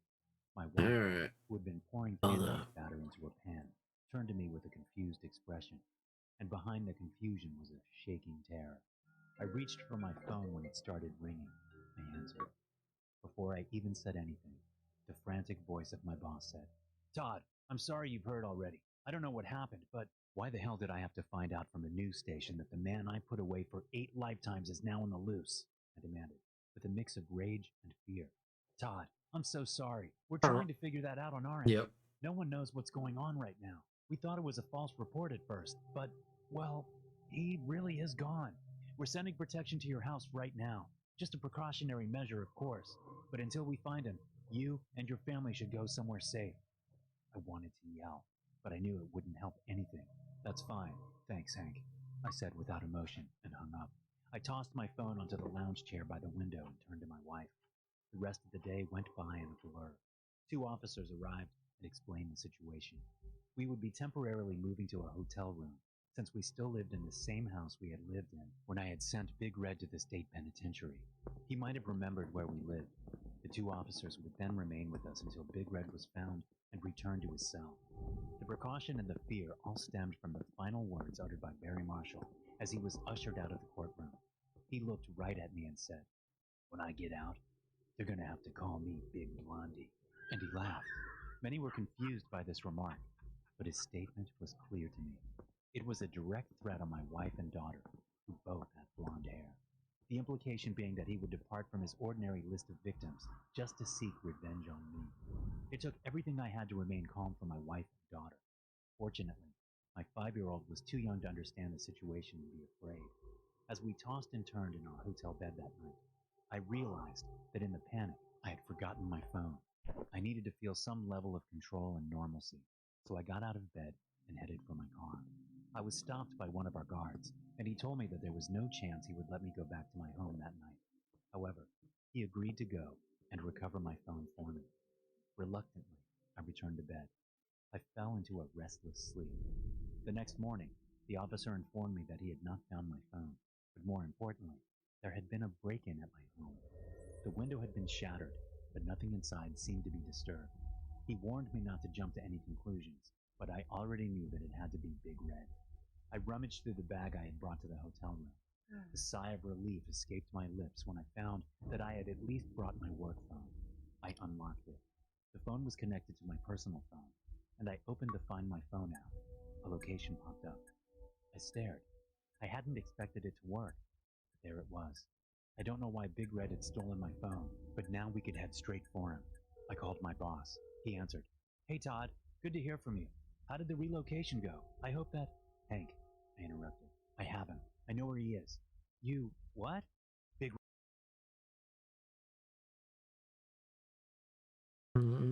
I will subscribe to Dr. No Sleep. Let's see.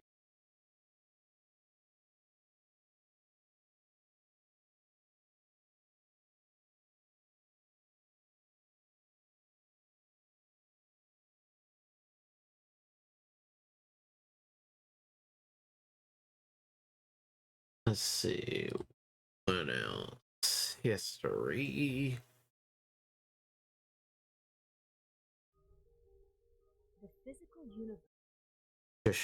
Shush you. The physical universe. There's no place to escape to. This is the last time. Horror, possibly the most well-known, the most well-covered haunted house and haunting in the history of man, or at the very least the 20th century. If you ask someone to name a haunted house, chances are the first thing they're going to name the Grandma's house. Okay, I was going to go with the Zabrowski's house in Staten Island or wherever you grew up. I remember Grandma's house being full of terrifying things. The mirrors, the beds, spiny fingers. That hard candy that everybody knew no child wanted. That's why Grandma kept it around. How much? This is my question with grandmothers. Do you just get shipments of hard candies? Do they just show up at the house as soon as one of your children have one? All of a sudden you're getting Werthers and those weird little strawberry things that just basically become rocks. Damn it. Those things. Well, you go through one hard candy a year, and that's when a new child is born. He doesn't realize how terrible they taste. He takes one, and then he realizes there's always some random fruit inside of them. Even if it is chocolate, it's a lie. See, when my mom became a grandmother, she just started leaving out bowls of sausage. Yeah, good grandmother. All right, so the Amityville Horror. Now, this show, again, it's the most famous haunting of all time. Yeah. Great imagery in this story, but it lies at the center of the Amityville Horror House is an incredible story of murder and mayhem.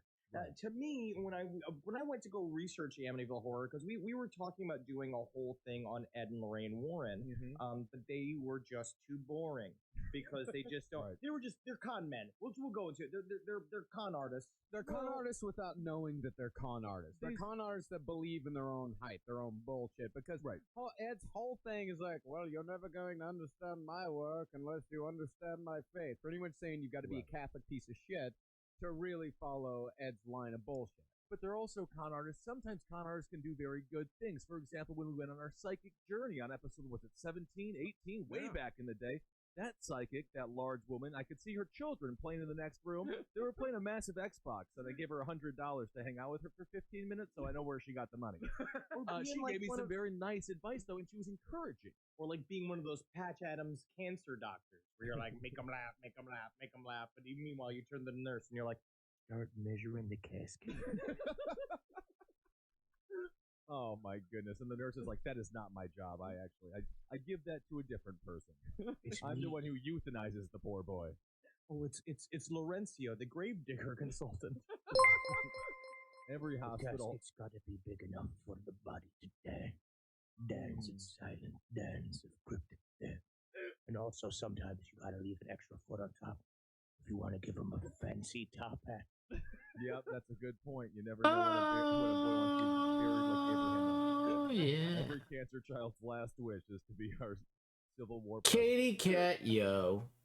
Katie Cat, yo. Thank you so much for coming in. The early Thank you for coming in. I'm doing some commission work right now.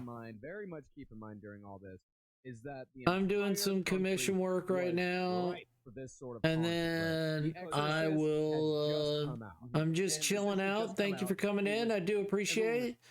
What were you doing beforehand? After a good haunting story. I mean, to me, I'm always dripping wet / hard and dry as a bone for a good haunting story, and they're rare these days. Thank you for coming in. It was like mama's milk. Right. So, but you're a boy, Henry. So when you say dripping wet, like that would be your butthole. So what were you guys doing beforehand? Hi, I was also doing commission work. Oh, nice. Nice. That's so cool. What kind of art style do you do? What's your art like? What do you draw like? What's your thing?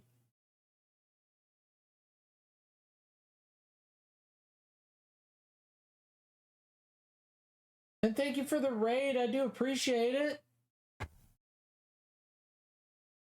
Pyramids are so cute. They are cute. They're so cute. Oh my god, they're so cute. Thank you guys for coming in. I do appreciate it. I'm just listening to the last podcast on the left. Sweat when you're having a good time? no, I don't. I've never noticed. I'll check next time. I'll hand check it. I've been having to put a whole bunch of maxi pads all around the inside of my underwear because of just how happy I get about working on Heroes. So you go to the store and you buy tampons, and the person behind the counter is like, "Oh, your girlfriend must be on a real heavy load this month." Yeah, I'm just like, yeah, she's as big as me, and she's just. I gotta tell you, it has been rough and going to dinner with it. Right, heavy float, not heavy load. Totally different. I got a very cartoony style lol. I actually doodled my own emotes, so there's an example lol. Oh my gosh, they're so adorable. Don't you worry. I'm not cute, I'm handsome. You're both. In actual events, Acro, you're both. Don't just accept it. You're both. Which is what it's seen as now. Well, people trusted them at the time, and one thing that's important. These are some of the examples of some of the art that I do. A bit of a digression, but before The Exorcist, the devil was not something that was at the forefront. That's just some of the stuff that I do. Something that wacky evangelicals thought about. The devil was not a guy. I draw almost every night. An evil force, if you even believed in him at all. But The Exorcist, when that came out, all of a sudden demons were real again. Devils were real. Exorcisms were real, and Catholic priests were the front lines of defense. Right. We'll never discount the Catholic Church. We've been talking about the devil for a long fucking time because it makes priests, shitty Catholic priests, it makes them warriors and therapists instead of just crippled, bent pedophiles. Yeah, exactly. Kind of spraying everybody with water here and there. It's really just aggravating what they do. Well, at the center of the haunting, everyone asks, where does the Amityville haunting come from? Right. Well, at the center of all of this is a mass murder, a one-night, 6-body I love your PNG. Also, those emotes are dope. Thank you. Thank you. So if you want to talk about thank you. This is exactly the perfect melange. I have a very particular style. So I've been told that mine is a bit of American meets Japanese, America meets Japanese anime. Which is exactly what you need to create a bunch of. So it's kind of in between.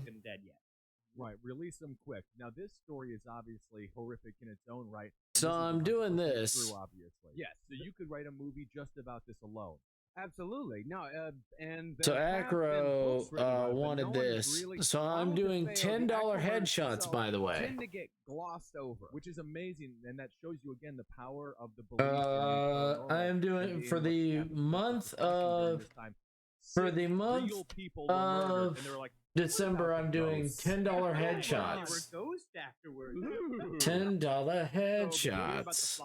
I hate flies. It's the sounds that they make that I don't like. What else I heard is that the toilets got all dirty with slime. And it's one thing I absolutely hate is grime in my toilet. That's why I need these scrub bubbles. Because all it does is scrub bubbles. $10. And we will make sure that $10 headshots. They'll be clean at least. You know what, Mr. Zabrowski? Here at Scrubby Bubbles, we love you as our admin. But can you stop $10 headshots? Your toilets, please. We don't have any scientific test to prove that. Well, if these Long Island dipshits stop killing their families, for the month of December, sell these things which is cheap.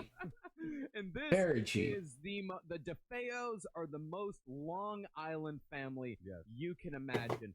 Butch DeFeo was the oldest of 5 kids living at 112 Ocean Avenue in the affluent town of Amityville, New York. You got to remember, Amityville, it is a very rich town. Right. It is a coastal town. But the DeFeo family had their own business. They were deeply connected, possibly with the mob.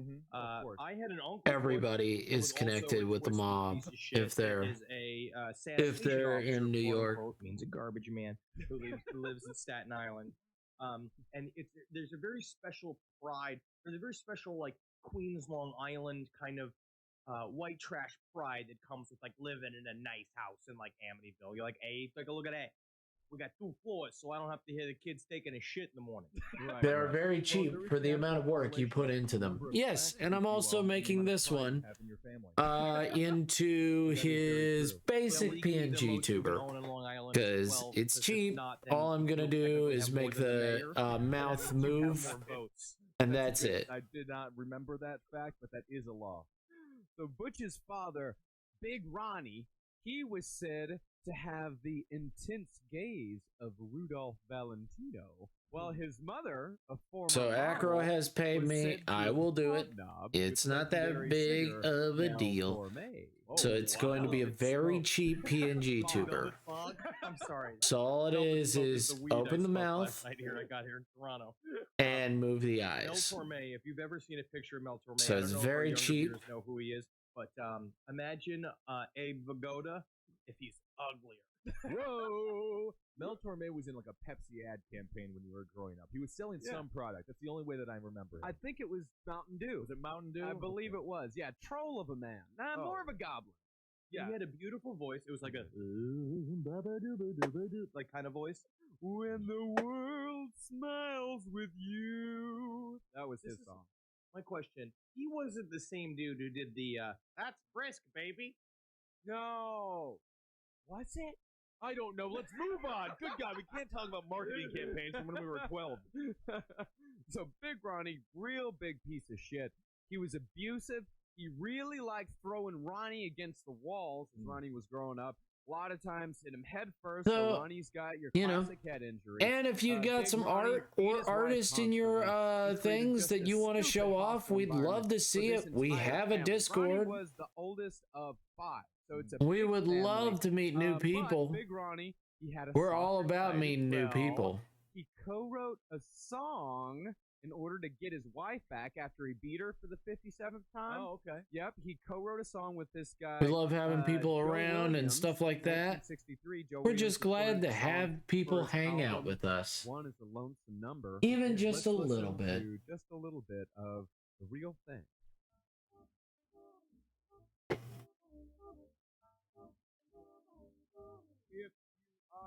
You can almost hear his like fists hit her stomach. Yeah. Ow, ow, Ronnie. Oh my God, you're so sweet. Oh God, the last time you tried to break the toilet lid over my head, I was like, oh Ronnie, we're done. But as soon as I heard this song, I was like, oh Ronnie, come get it. So that is, yep, that's the real thing. So written by Big Ronnie DeFeo. Ronnie is treating his children like Terrence Howard's character in the show Empire treated his gay son. Very abusive, and I'm watching Empire now, and I highly recommend it. Thanks, Ben. Very Ben, abusive. the TV guide Kissel. Yeah, very abusive to their gay son. I don't like it, Terrence Howard's character. Let's see if I can find some nice music. Let's see.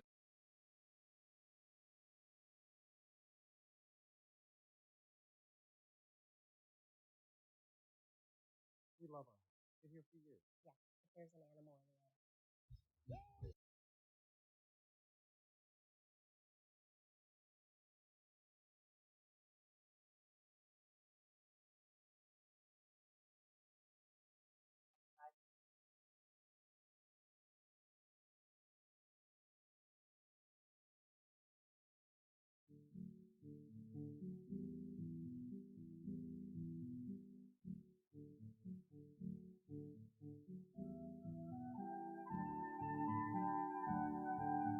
Ah! It's that circle. It's that Zerg. My God. There he is. There he is. Himbo. It's a himbo raid. My God. I should have known it was a himbo. Should have known that it be a himbo. My goodness.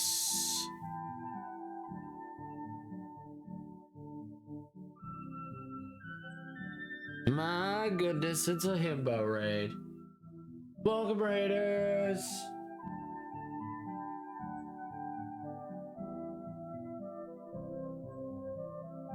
How's it going?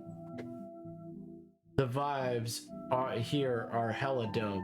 Yes, seems he's drawing a acro. Yep, I'm drawing an acro. That is true. I am drawing an acro. Thank you guys so much for coming in. I do appreciate it. Hope everything went well. That's good. What were you doing beforehand? Let me know. I would love to hear about it. I would love to hear all about it. I would love to hear everything about it. If you could tell in great detail, that would be good. That would be fantastic. You know, I would actually appreciate that. In fact, I appreciate if you just, you know, gave me Halo Infinite on Legendary. Oh, okay.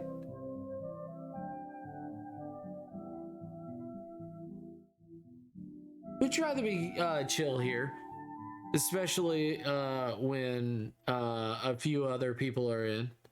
We try to keep it chill, casual. We're very casual here. Come on. Save it. Save it, Clip Studio. Thank you.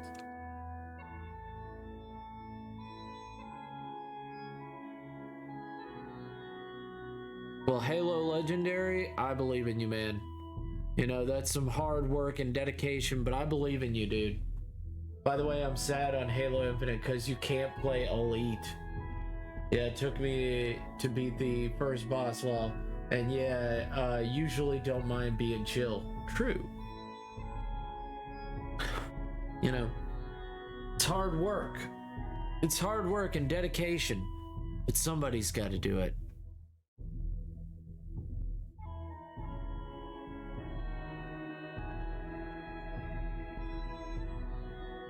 You know, somebody's got to put the time and effort. By the way, Acro, I met your friend. The professor? Dr. Professor Rom? They seem nice. They seem nice.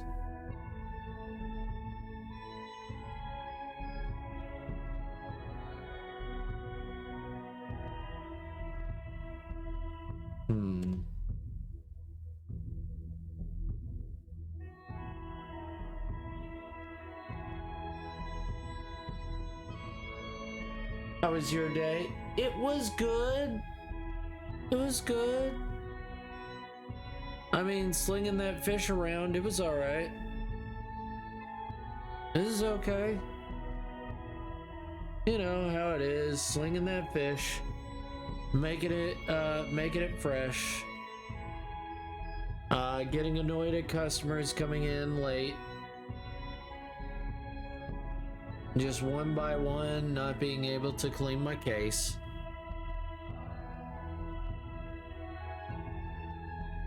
Having to tell them that we don't have any crab. So sad, you know. They want that crab and I didn't have that crab.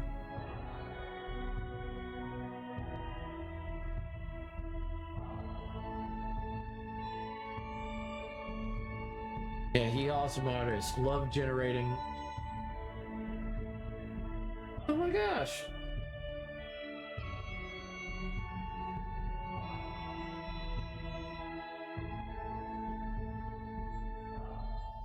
Add back leads. Yeah, he awesome artist. Love generating D&D stuff and creating characters. I joined the Discord and reacted to gain access, but I still only welcome channel. Oof. That's fair. Hold up. Hold up. Hold up. What's your name on there? Katie. There you are. Hold up. Red rules. Never make it like. There you go. There you go. There you go, Katie. There you go. I see Gacro is getting cultured. General can handle it. Thank you. No problem, Katie. Thank you so much for coming in and checking me out. Thank you so much. I do appreciate it. It's very sweet of you to hang out with this group. You know, we try to be inclusive to everybody. We try to be accepting to all parties, and we try to be as sweet and kind as we can. You know, we're not perfect, but we try our best.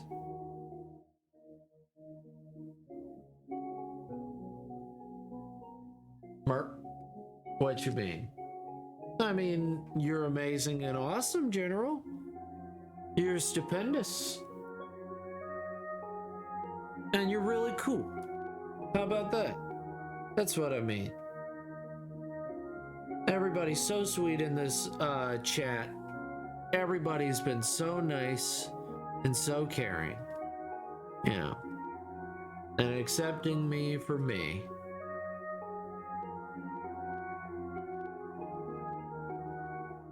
Yeah.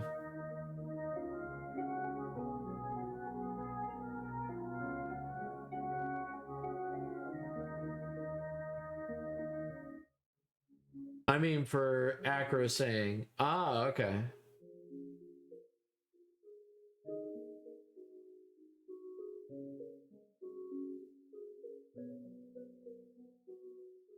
What do I handle? What do you handle? What does General handle?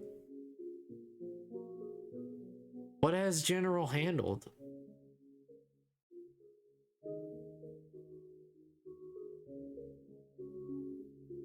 What has General handled? I wonder if Abel's okay. I've not heard from him today. Let's see some art. Ah, so cute.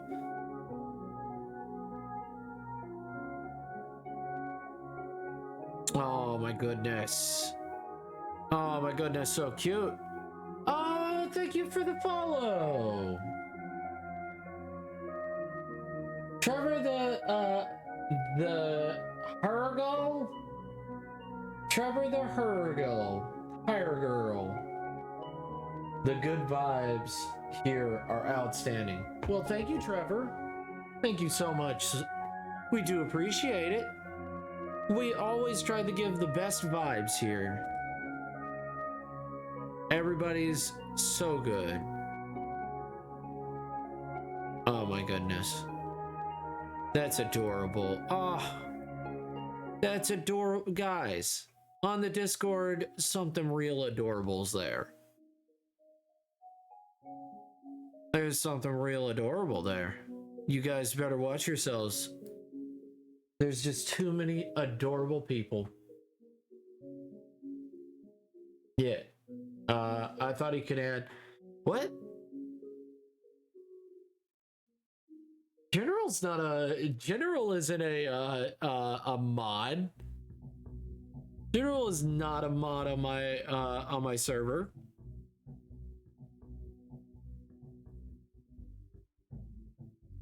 These are such pure vibes. I'm so glad I found you tonight. Well, thank you, Katie Cat. Thank you so much. I do appreciate it. I must go to bed, though. It is so late as heck. No, go naps. Go naps. We will be here when you get back, or whenever you feel the need to hang out and do art with us. We would love to spend time with you. And if you ever need any art tips or anything like that, we've got wonderful artists always here, and we always are glad to help you out.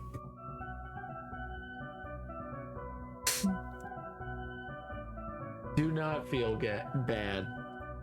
I was about to say glad Tupperware. Don't feel bad. Feel glad. Glad Tupperware. Oh my god. My brain went to that. And I don't know why. You better lose yourself in the music. Better never let it go. Yeah, don't feel bad and get some rest, Katie. And also General comes here enough to be a mod, but I'm not gonna put that pressure on him. He does come here enough to be a mod, to be considered a mod, but I'm not gonna put that pressure on him.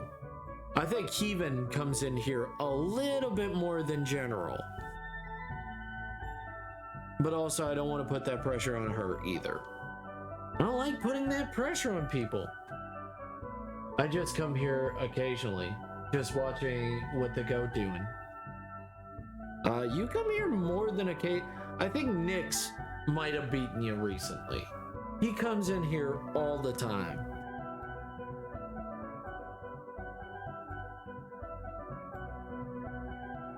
We try to keep it casual and enjoyable. So the question is, Acro, is the fluff in the fins? Is the fluff in the fins, or the fluff not in the fins? It's the question that you gotta ask. Is the fluff in the fins, or no fin fluff? Is it like this, where there's a little bit of fluff in the ears, or is it just as is?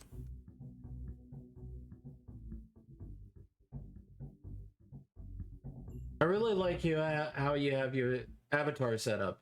How you're drawing while not talking, but take a break to speak, to chat. Yeah, of course.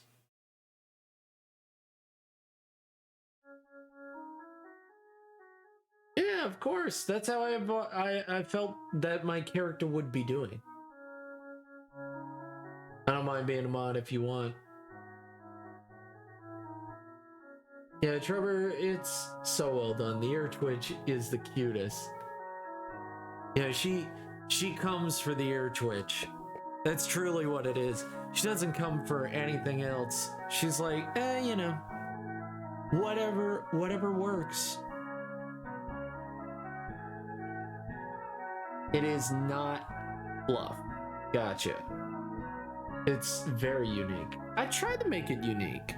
I tried to make myself very unique, which also makes me not look like everybody else, which also kind of makes my art not mainstream.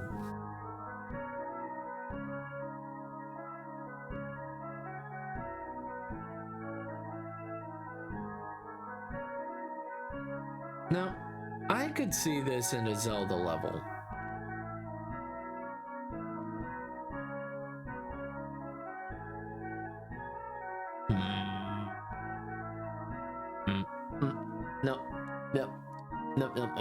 No.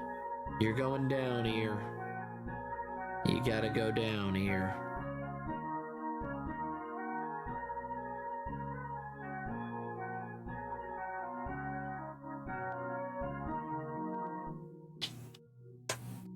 No. Damn it. Redo, bitch. And deselect. I try to be unique. Yeah. It's very difficult, but I try my best. I try to entertain people, and I try to keep up with chat as much as I can. Is this Psy, or what software do you use, if you don't mind me asking? Oh, this is Clip Studio. This is Clip Studio.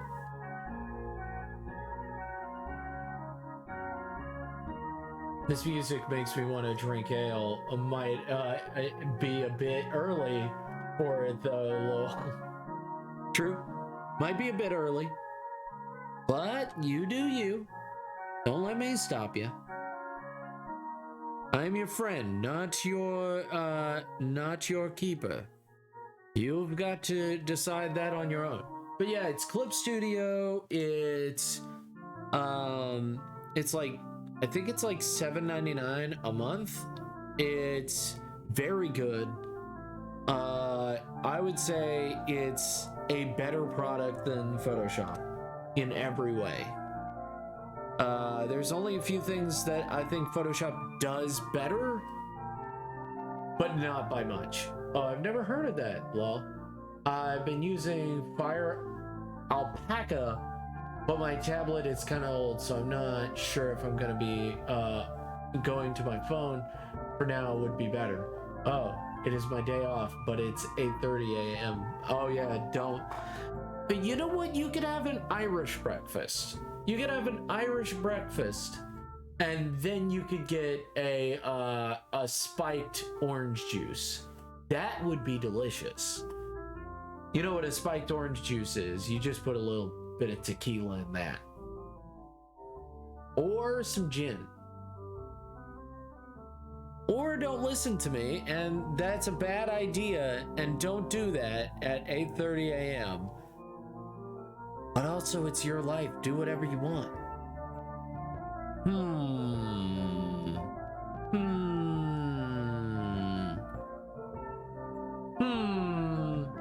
So, my thoughts on that is that,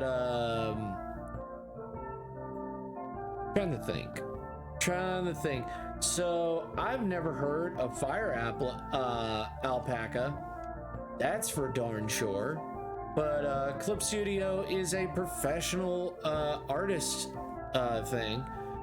And if you're thinking about taking phone, Clip Studio also can do phone as well.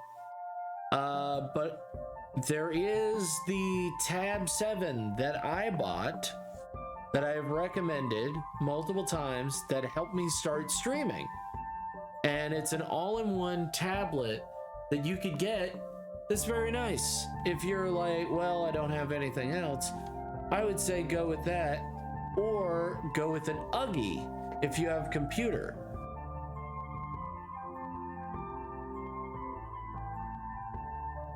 Try going with an Uggy if you have a computer. An Uggy is 80 bucks. It's not too bad. It's not too expensive. And all you have to really be bothered with is that you have to, you won't be able to look at your drawing while you draw. But if you put in a little bit more, I have an old Uggy, lol. Yeah, no, a newer model Uggy is fine. But the thing is that the newer models are not half bad. But the S7 tablet,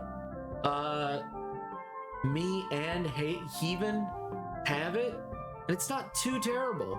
I would say it's definitely a buy, because it's not only all in one, but it also runs Twitch relatively well. I mean, it probably will run it better if you hardwire it, but it is not horrible. It's just a little bit of money, but it'll definitely keep you going. And I still got my S7, and it's really, really nice. All right, thanks. No problem. Just trying to give some helpful artist advice.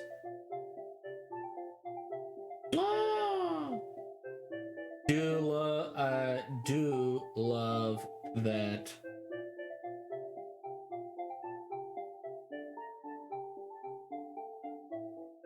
Oh my gosh! Another circle. It's one of those merpers. There you go. There you go. I use it all the time for me art at the moment. Yeah. She does use it all the time.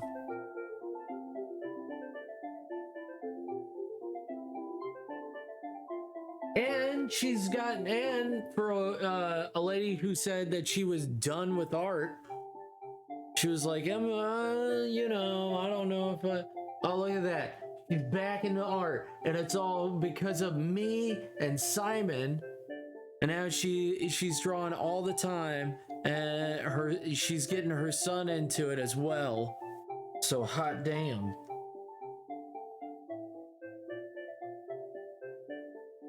I'm an influencer. Hot darn, I'm an influencer.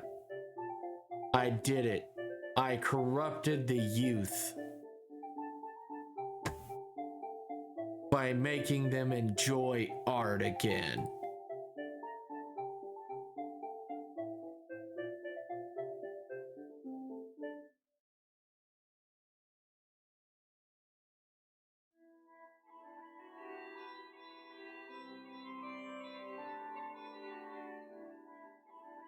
Let me save. Let me remember to save. Don't forget to save. No. What? No. Cancel. Save as.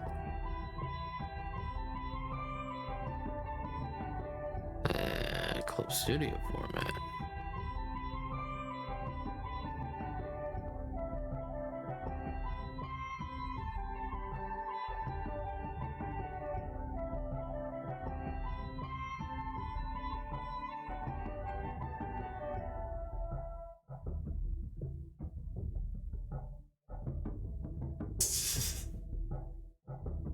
Eek. 100% true. It's all yours and Simon's fault in the best way. Yep. So if you hang around here, we're probably gonna get you to draw and everything. We'd love to get you more people to draw. We can't wait to see more artists. We love seeing more artists. Because the more artists there is, there's more creativity. And if there's more creativity, there's more art for me to see. And the more imagination out there, the more imagination that comes back to me. So I win.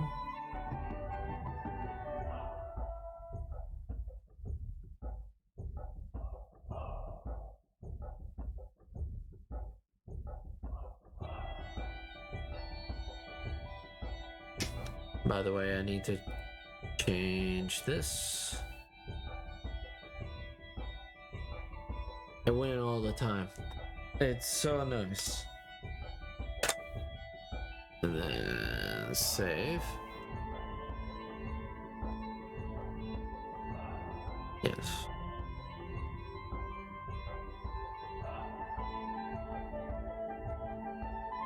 It's the circle of art. It's the circle of art where I get free art, where I look at everything and get inspired by y'all. Oh man, that reminds me of YMS's review on Lion King 29. Is it 2019 or 2016? I think it's 2019. And just how savage he is about it.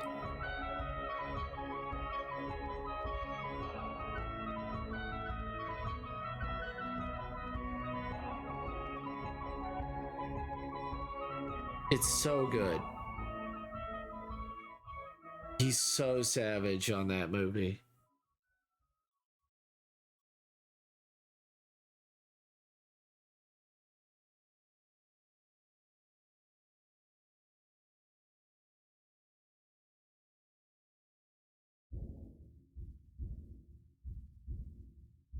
By the way, Acro, if you're there,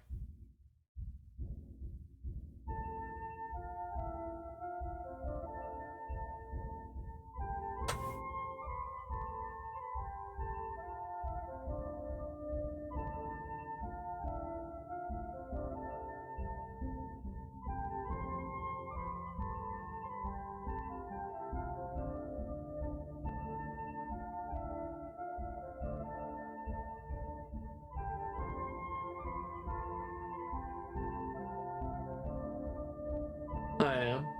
What do you think?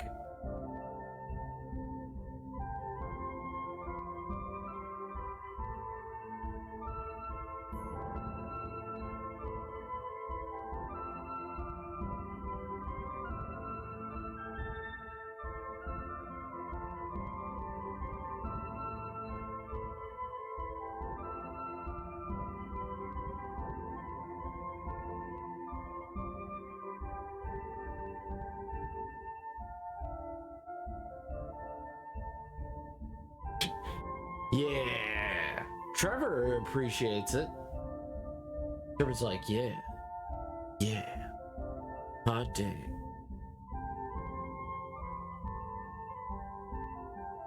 Neato. Okay. Is this what you want? They a cutie. I mean, I just want to make sure this is what you want. And then lines 2. You can tell me if this is not what you want.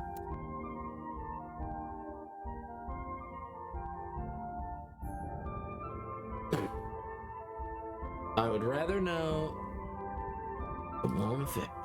Oh, right. There's no need to create a separate layer when I can just select all.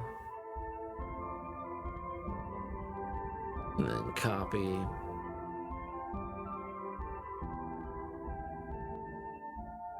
And then paste. And then rename that to lines 2.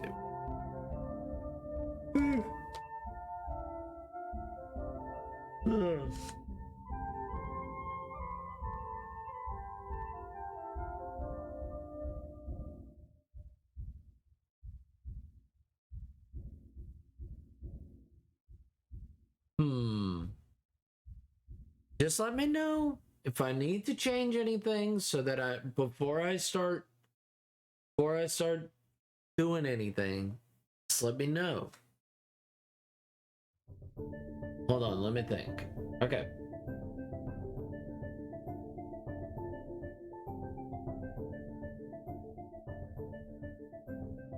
Dun, dun, dun, dun, dun, dun, dun, dun, dun, dun, dun.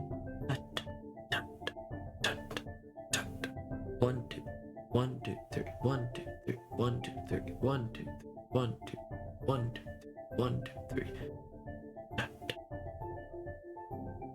3. What?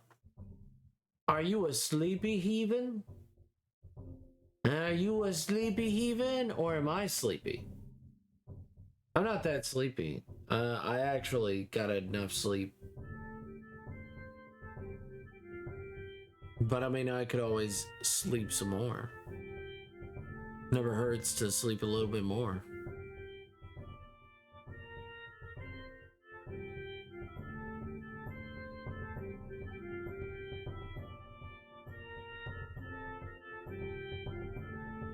Oz.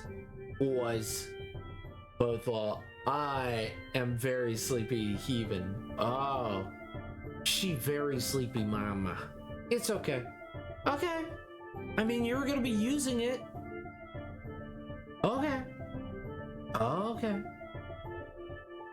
Alright. Is you completely. Alright. Fair enough.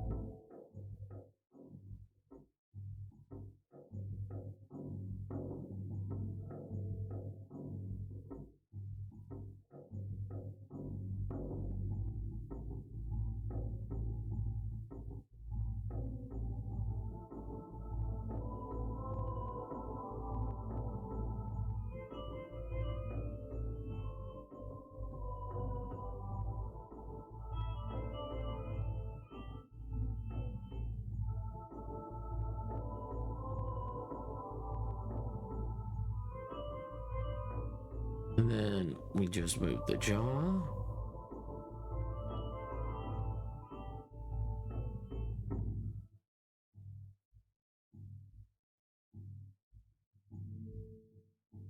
Like this. We just down.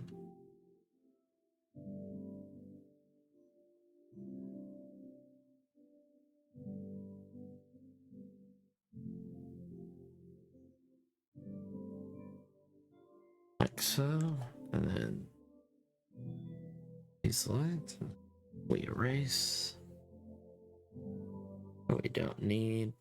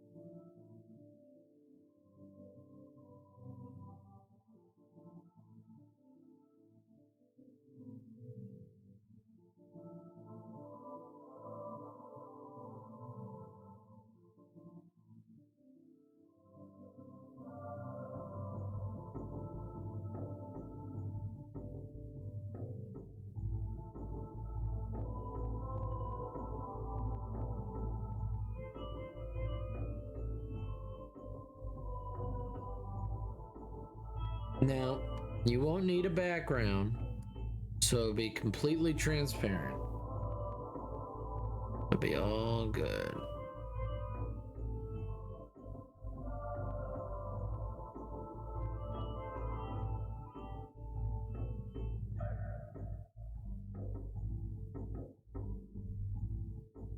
If you want a background, it's literally no trouble. It's up to you.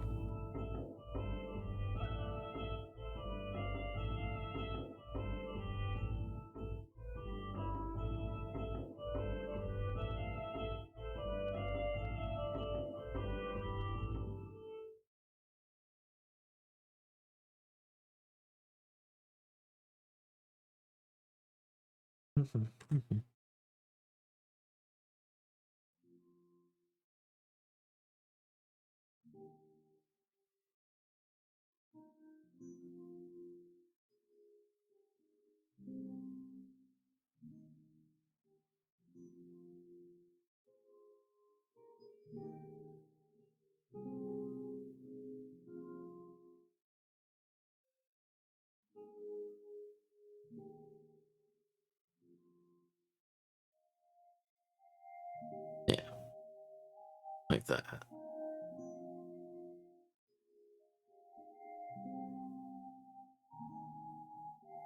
Alright, no background. Fair enough.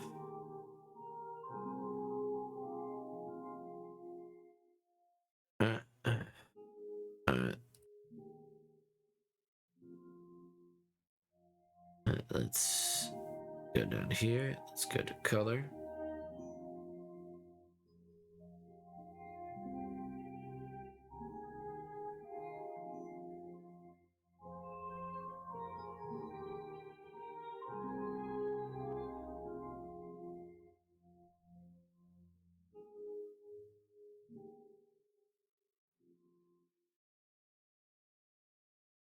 All right.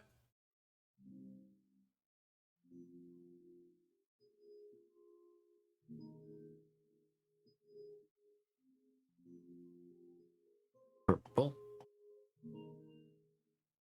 And purple 2, just in case. I don't think it's that different. 2. I mean, no, you know what? All right.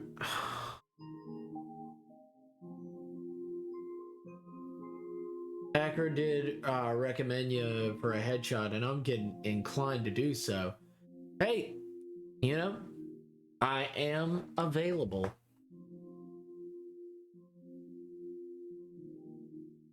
Yeah. Select all. Bam. And there we go. And there we go. And then. Oh, Acro did. Ah, okay. So I see General didn't. Huh. See, the General, you know, I thought he was not only saving me money, but time. But I guess he's saving me nothing.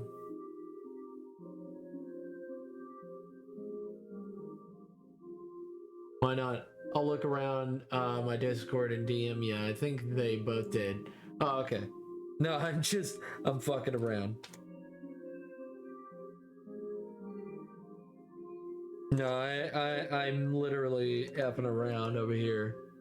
I just like, I like calling people out for nothing, and then they're like, what are you talking about? I didn't do anything. It's like, of course you didn't. You didn't. I'm lying. Because I'm a liar.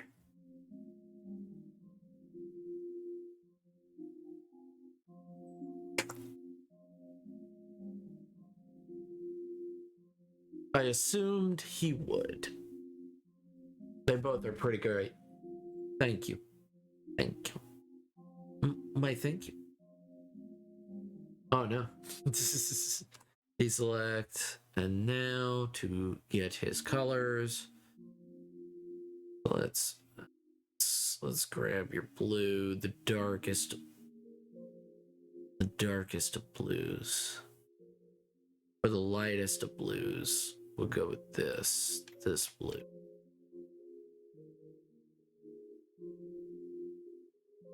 And then let's go to lines. And let's get... Oh.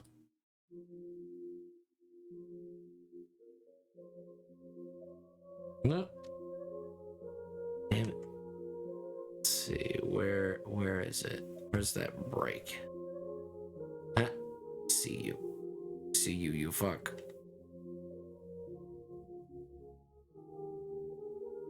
I see you, you fuck.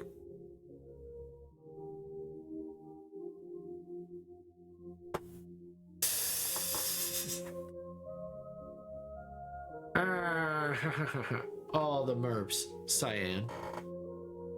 All the merps.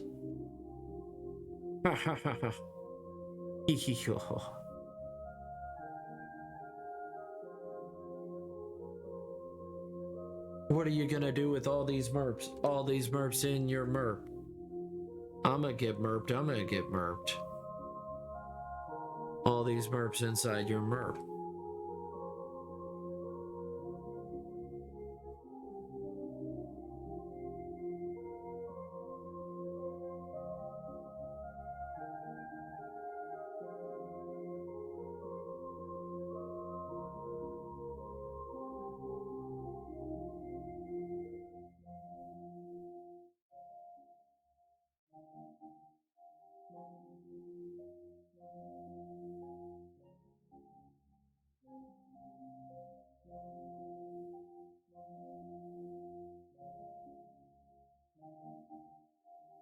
So gassy. I don't like it.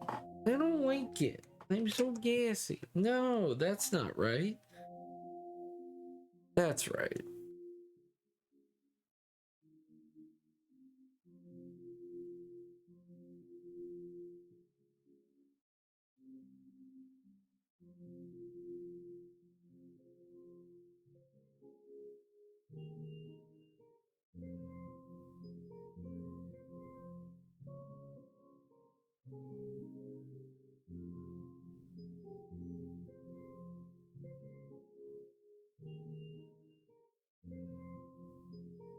But yes, I am available for headshots this all of December. I am available for $10 headshots, and you too could have it for a Christmas gift or whatever.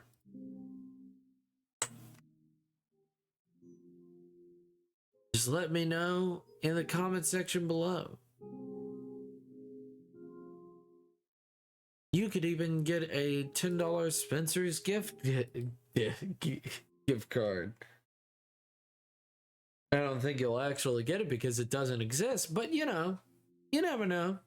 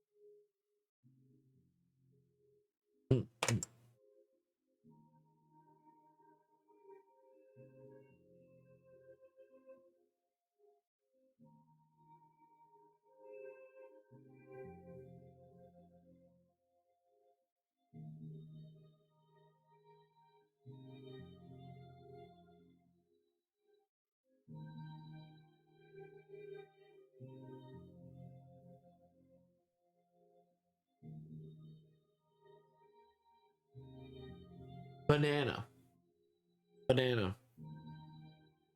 What about bananas?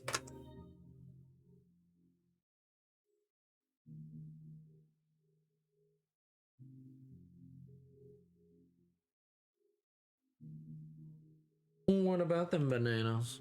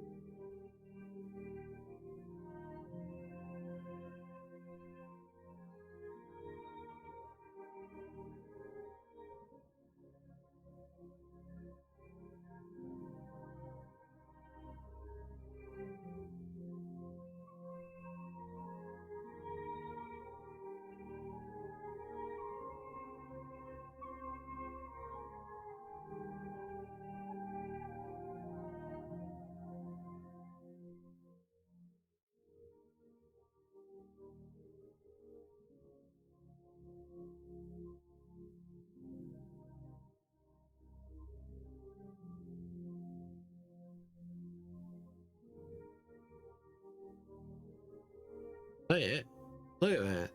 Acro, look at that. That's coming along.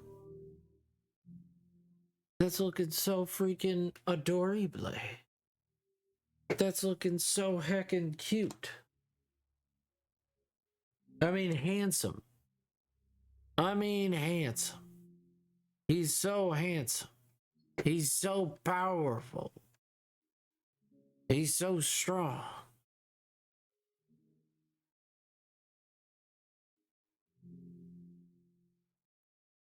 He big strong Drago Wolf. Very cool. Very cool.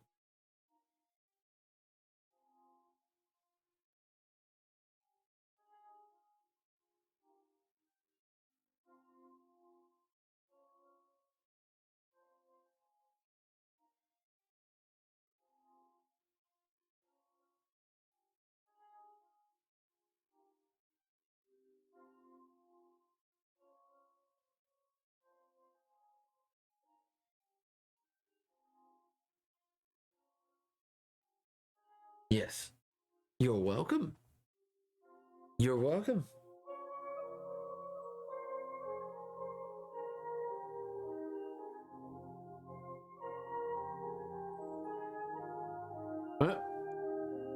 Wrong layer. That's okay.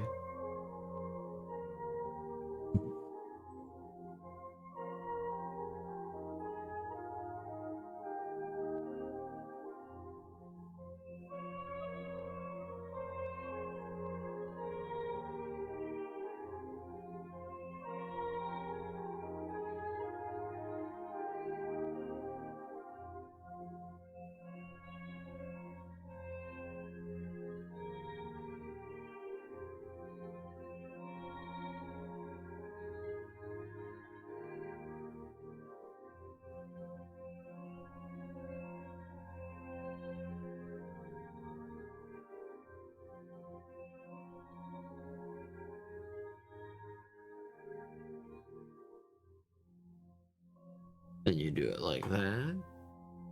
Then you do it.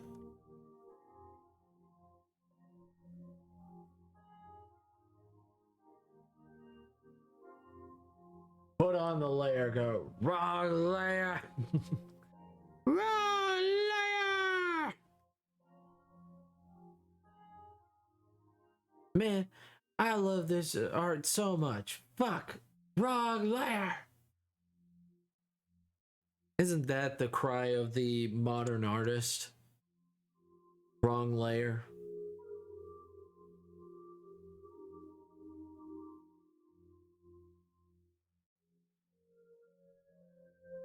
The modern artist in their natural habitat. You see, it has been the 40th time today that they have drawn on the wrong layer.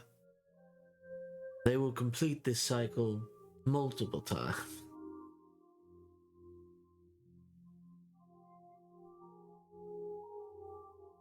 You see, they go back to their birthplace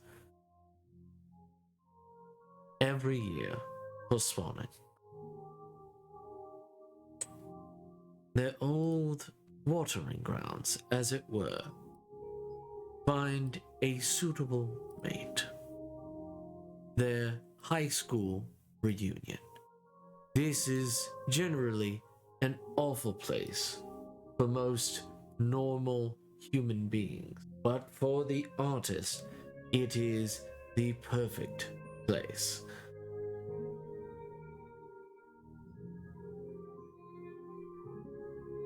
Many would consider this a bad idea, but for the North American artist, it is a normal life cycle.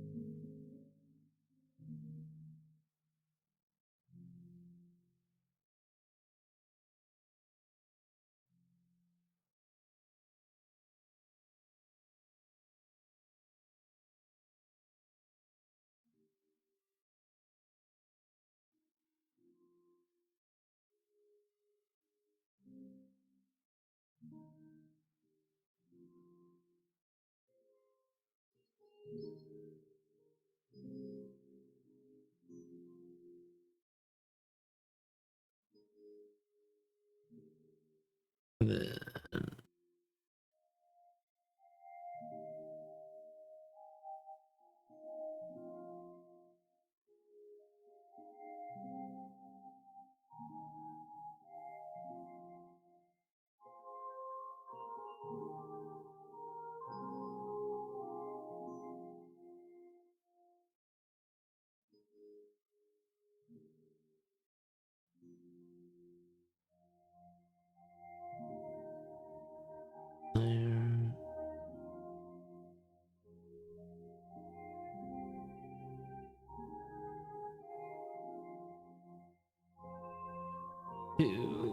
back to Electric Boogaloo. I'm gonna try to get acros done. This should be easy. Once I get it done, I might call it, I might not. I don't know. I am feeling tired. I don't know why I'm feeling so tired.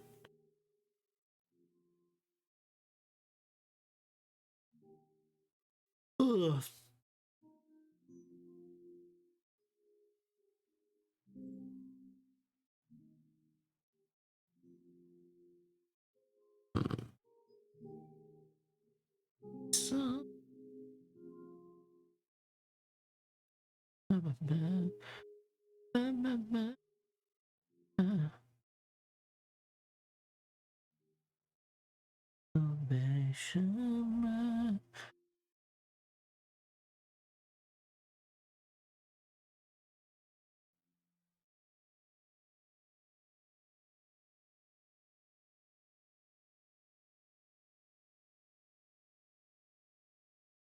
You love our new apartment.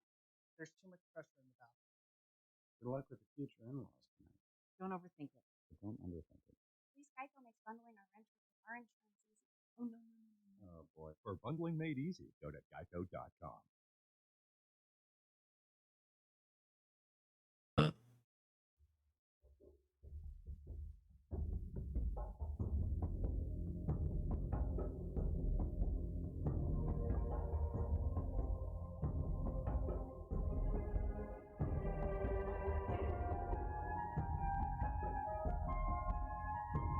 I don't know why I get so tired, though. I wish I didn't get so tired so easily.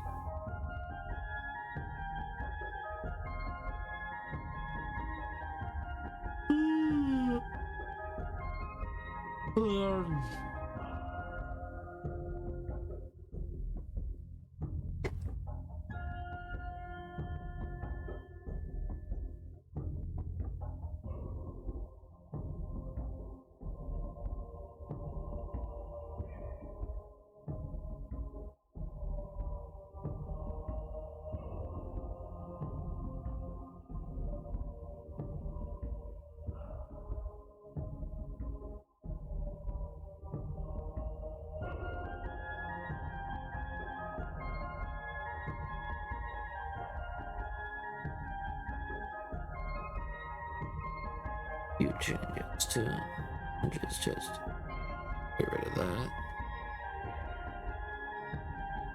Go here.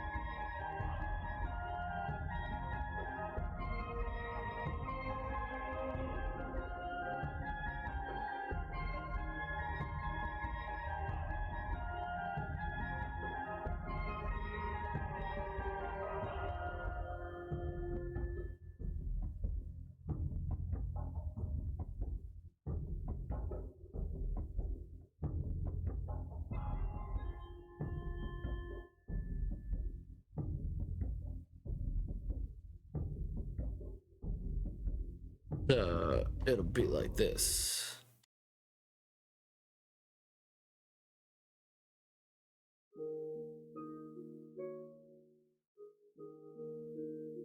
And then it'll bit. It's nice. It's very easy. Is there anything else that I can't think of acro on this one? Because all I need to do is the shading, right? The shading and the lighting.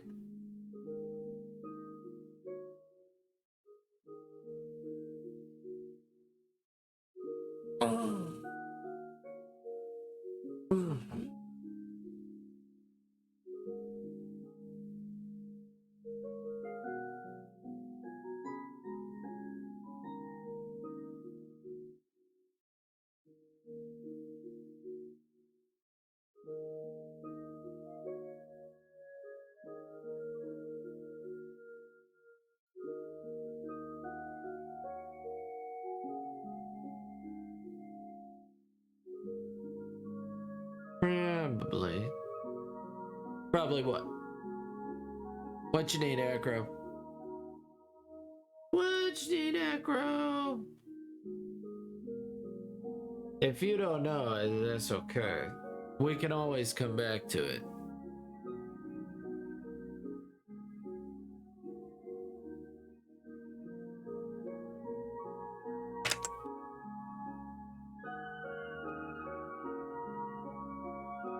Check mouth. Check mouth? Okay. Alright. Fair enough.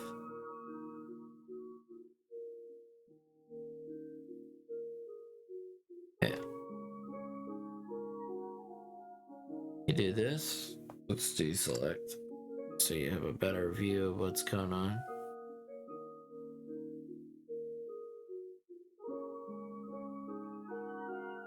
See, he a happy boy. He a happy boy. He's so happy to see everybody that comes in to the stream. Just so happy.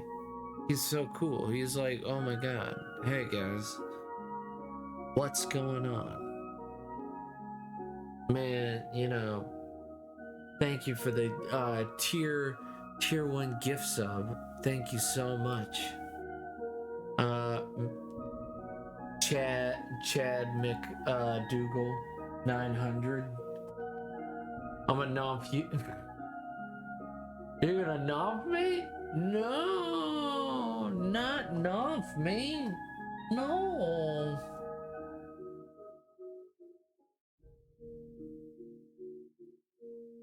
You're not gonna be like, oh, this Chad McDougal's.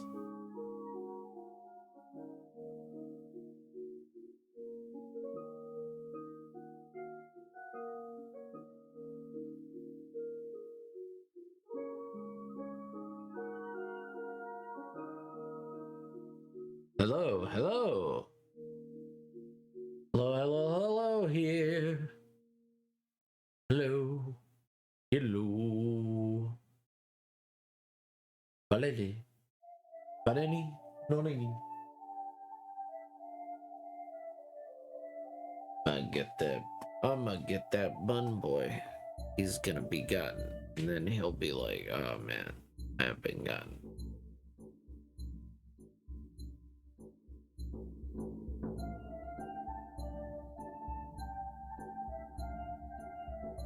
So I'm gonna take this and I'm gonna move it to a slightly bigger canvas.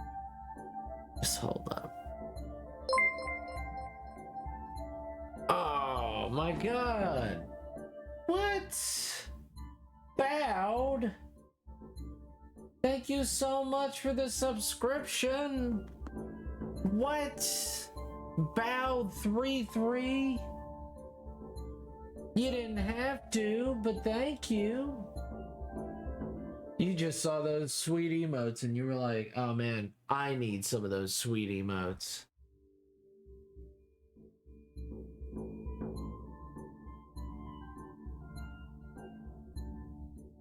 Oh man, thank you, Bowd.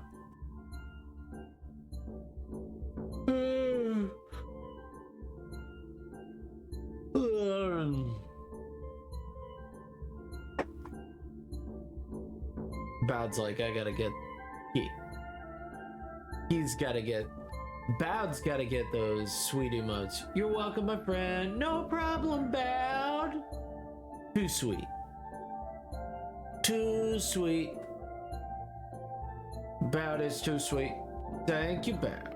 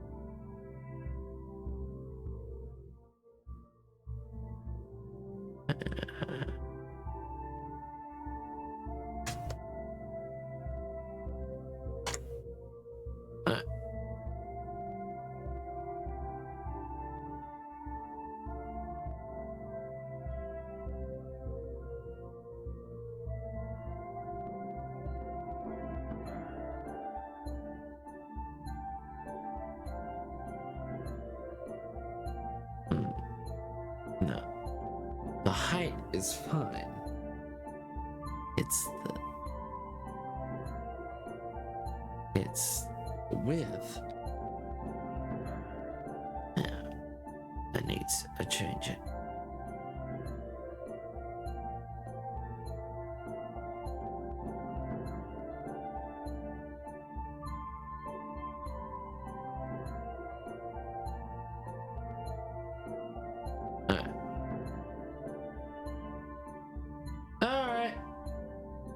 Thank you for coming in. Thank you for lurking. Thank you for being amazing. I know it's so easy for you.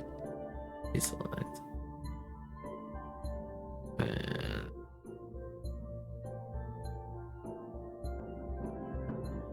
let me go to this. Thank you for being awesome, Bowd. I appreciate you.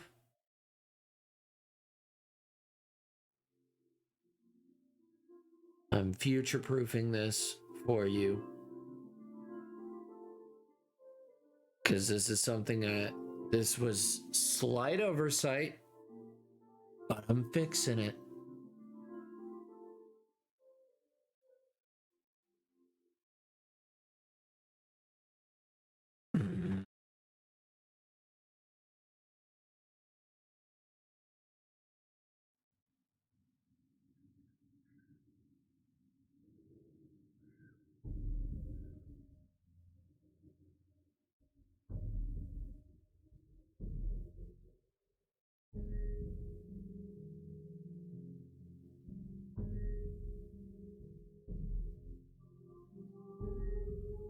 Thank you for being awesome, Bao. Thank you for being stupendous. I know it's so easy for you, and thank you so much.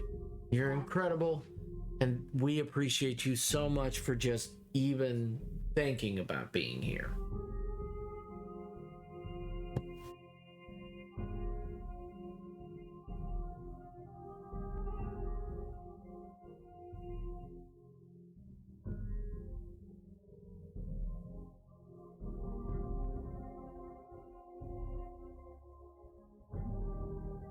I'm just future-proofing it.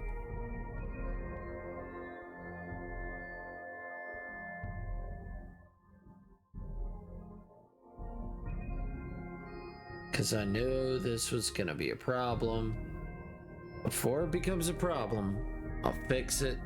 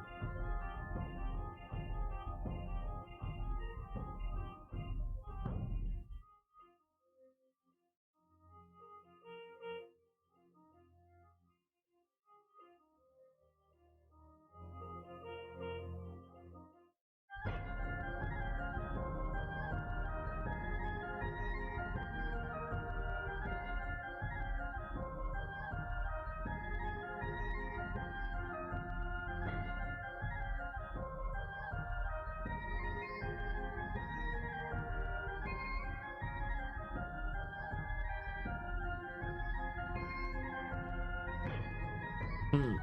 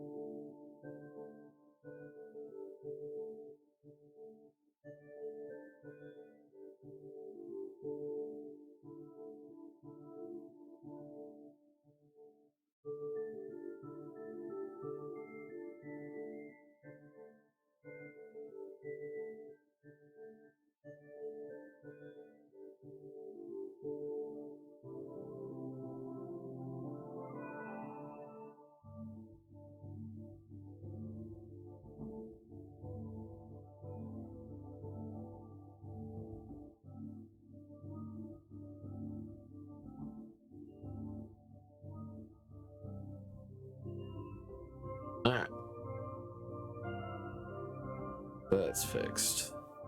Save it. Macro.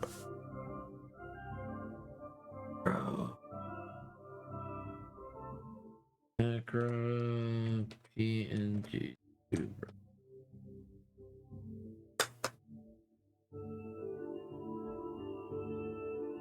Alright. Just get rid of that.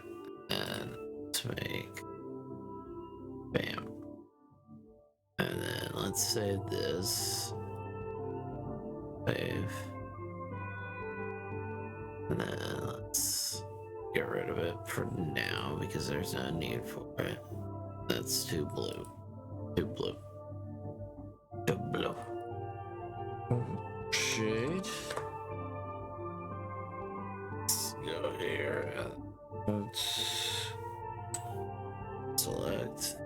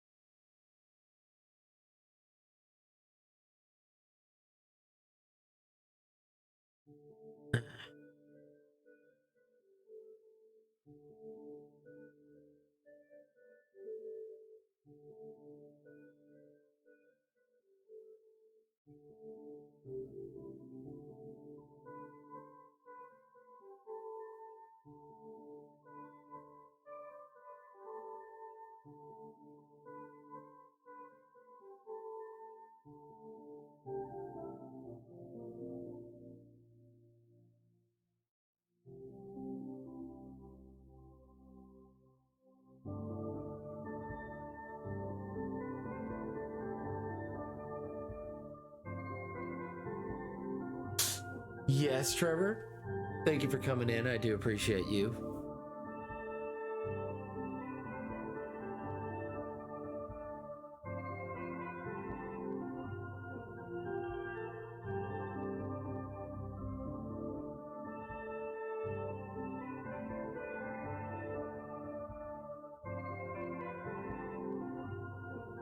I like that.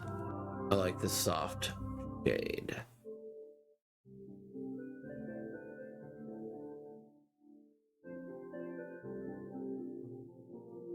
Like that.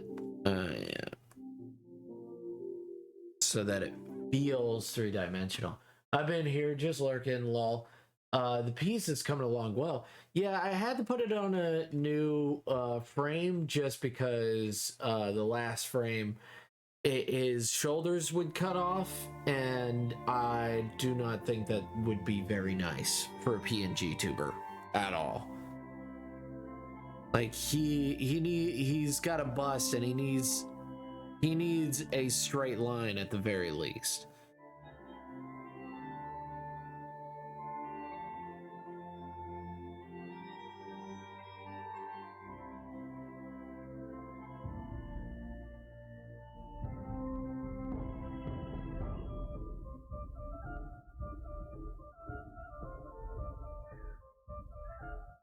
Goddamn crows.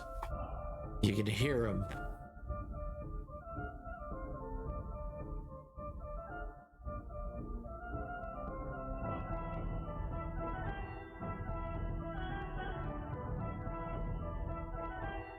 So how long have you been drawing, Trevor, if you're still there? How long have you been interested in art?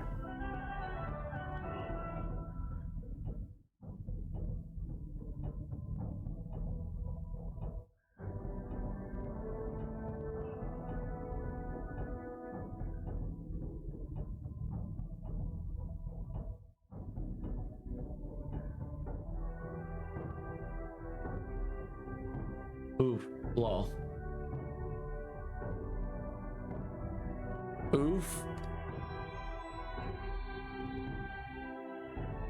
Like, I don't know. Since I was like 8, but I only recently got back into it. It'd be glowy. It has its own shine. It's because of the very blue. It's very baby blue that we get. That's why it gives off this like shine, because it has such bright colors already.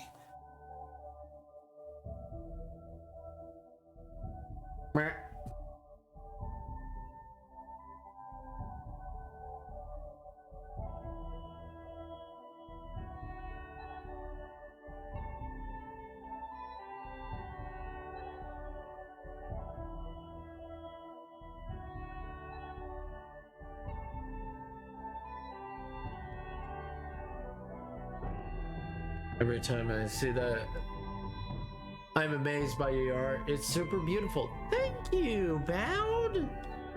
Thank you so much. That's so sweet of you. Bound is so sweet. Guys, give Bound a round of applause. They need it. Bound is too sweet. They get the Too Sweet award. It is lovely art indeed. But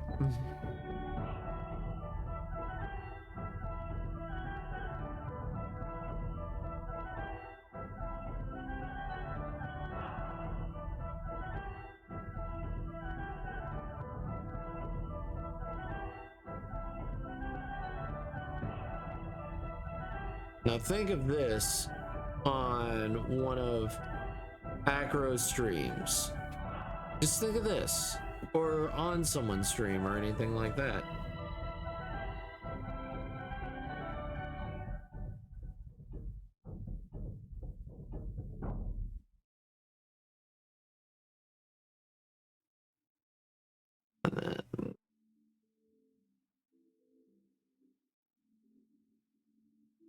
Poor little bunny.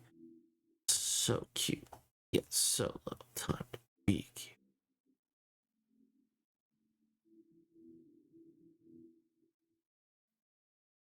Gives me motivation. I just don't have good ways to say it other than the gibberish. It's fair, it's fine. Say okay. Rui is fine. It's fine.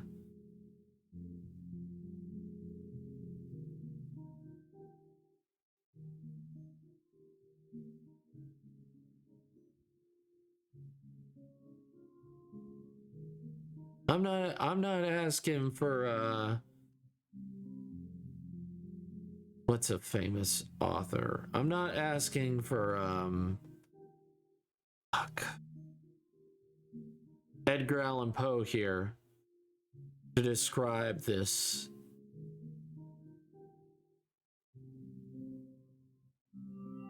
I need to realize that art takes time. I always get deterred by how long it takes me to finish the simplest pieces. And true at art does take time and practice. Yeah, it do.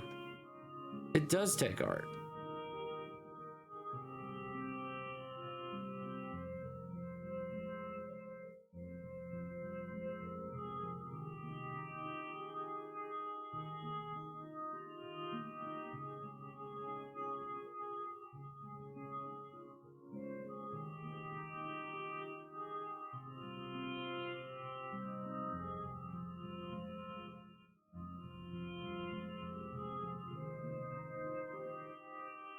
I would probably be confused by furry art. Appreciated. Represent, man. What are you talking about? He knows everything about being a furry. He literally barked like a dog and went, as they said, stark mad, and that's why he was not in the war, the first war.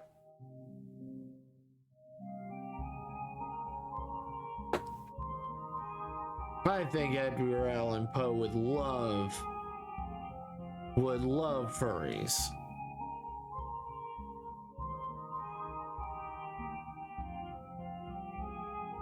I think he would appreciate furries for what they are. Weird but cool.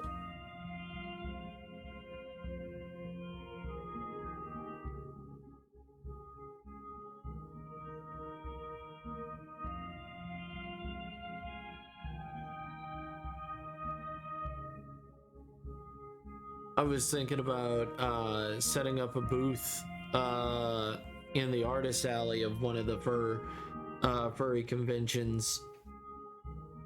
Maybe next year. Artist alley, get a booth. I think my stuff would sell pretty well.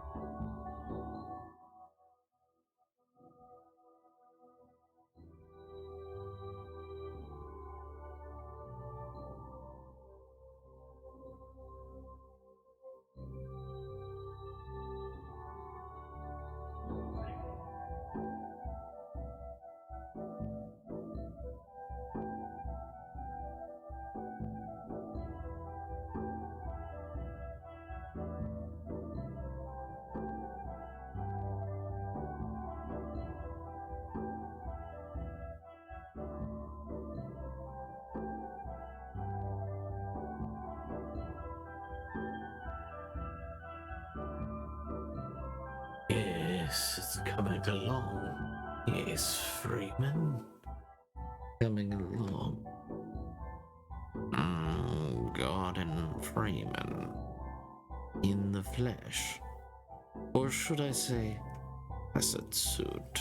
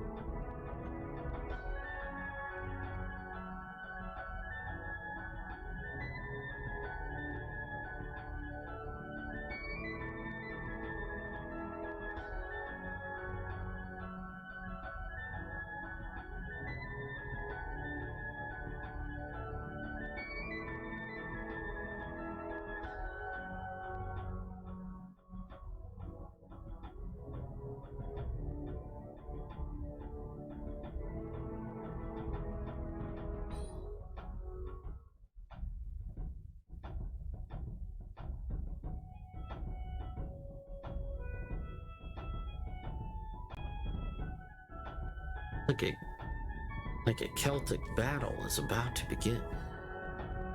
A big battle's about to begin.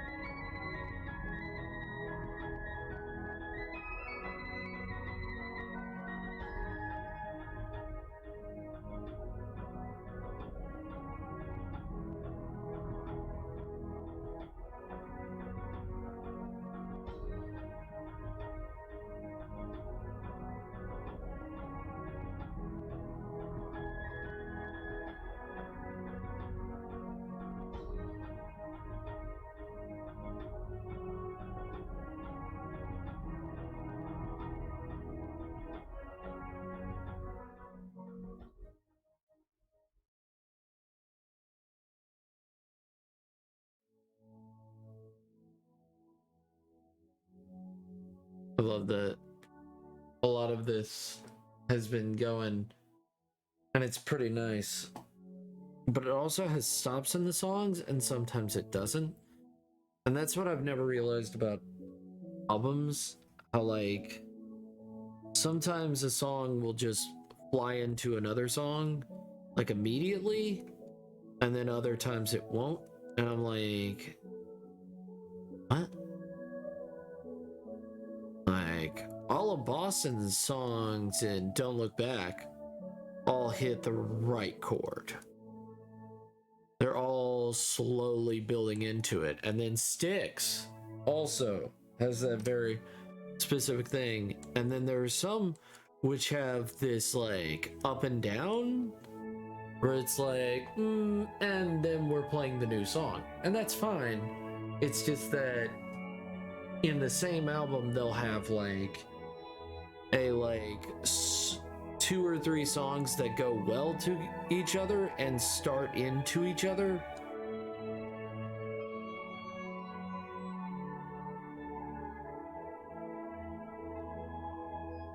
And some don't. So it's just a thought. I have no problem with it. It's a thought I had.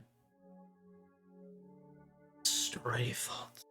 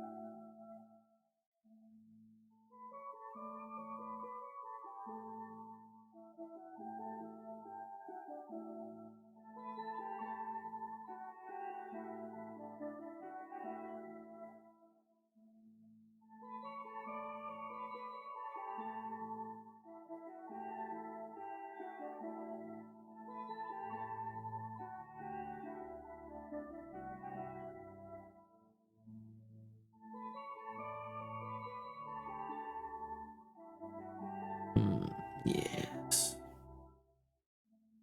That.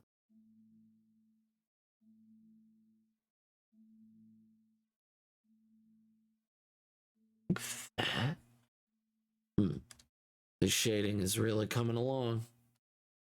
I hope Acro enjoys it.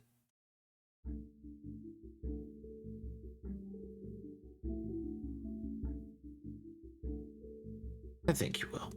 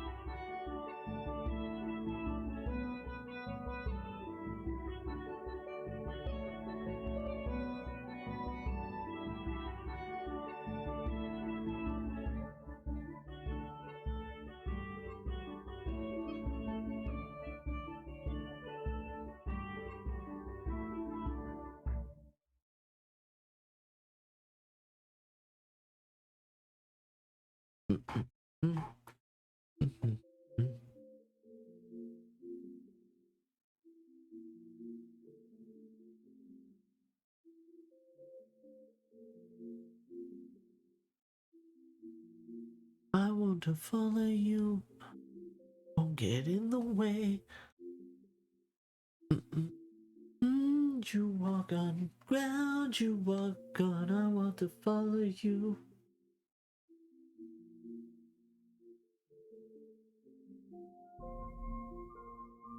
Warcraft champion.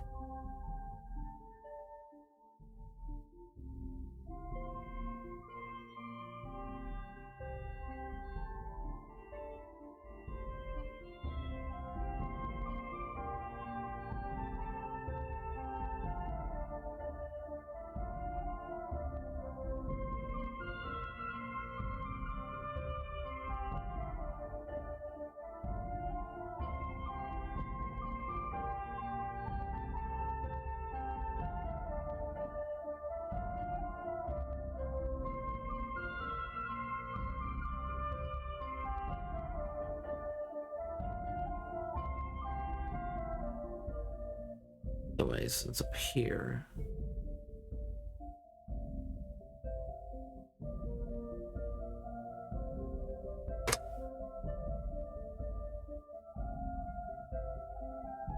Bam. There we go. Alright, let's copy. Let's copy. And let's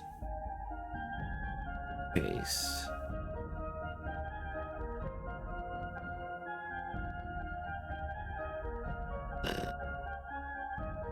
Bam.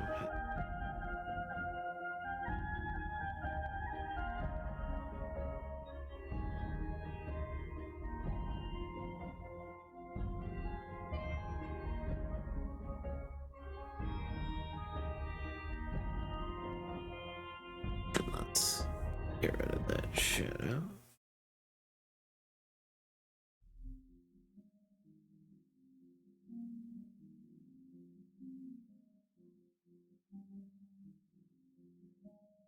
I want to follow you, I won't get in the way. I'm in the ground, you are on the ground, you are.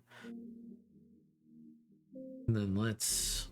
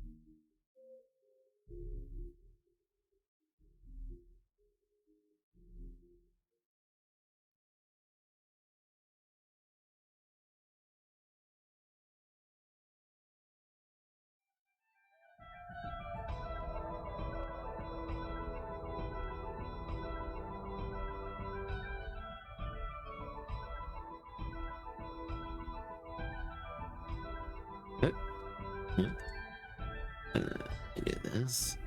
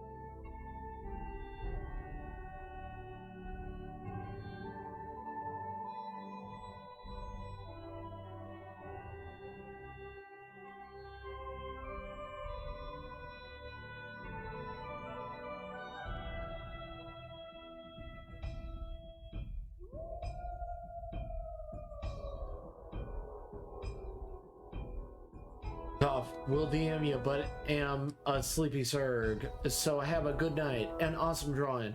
No problem!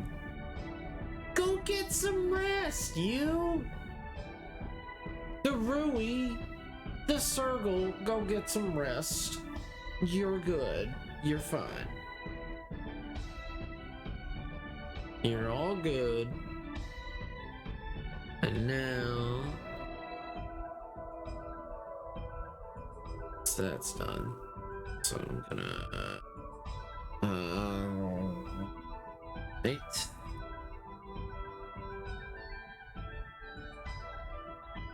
Bam. Bam. Bam.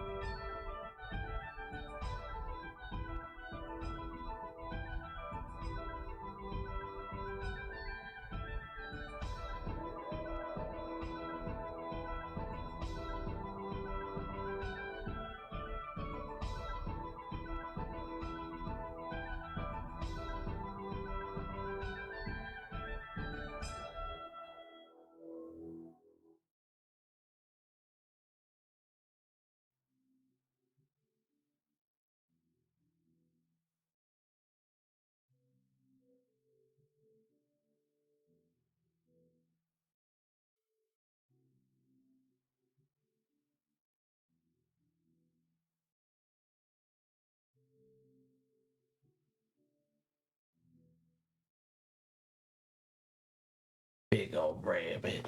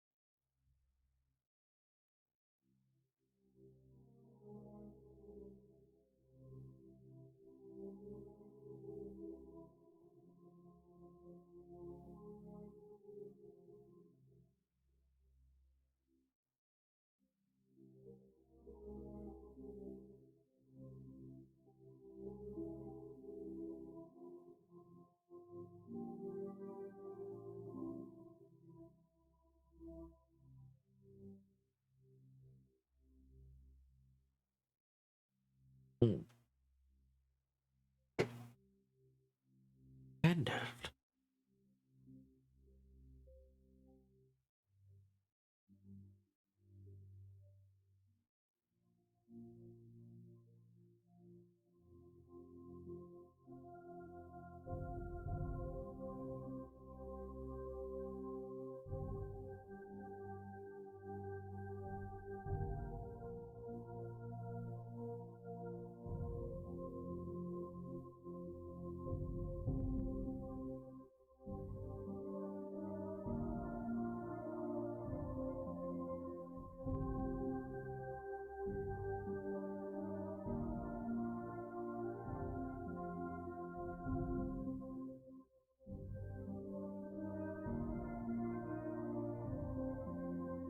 let's do backlight here.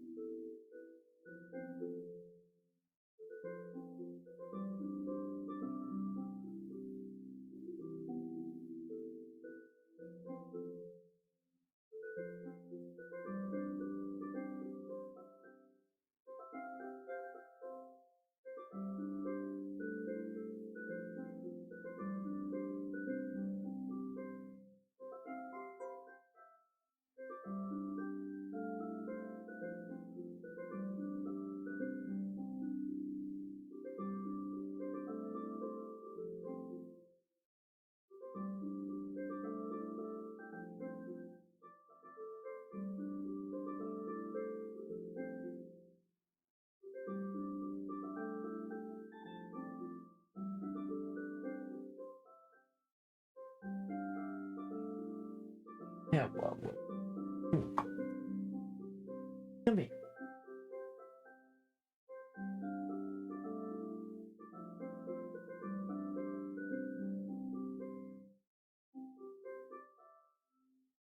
Good night, Himbo Burp. Oh, yes. Good night, Himbo.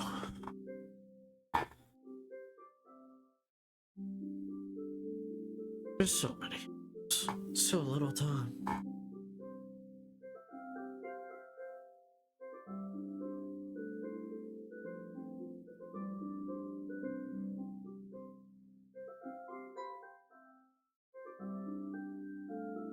Oh yeah.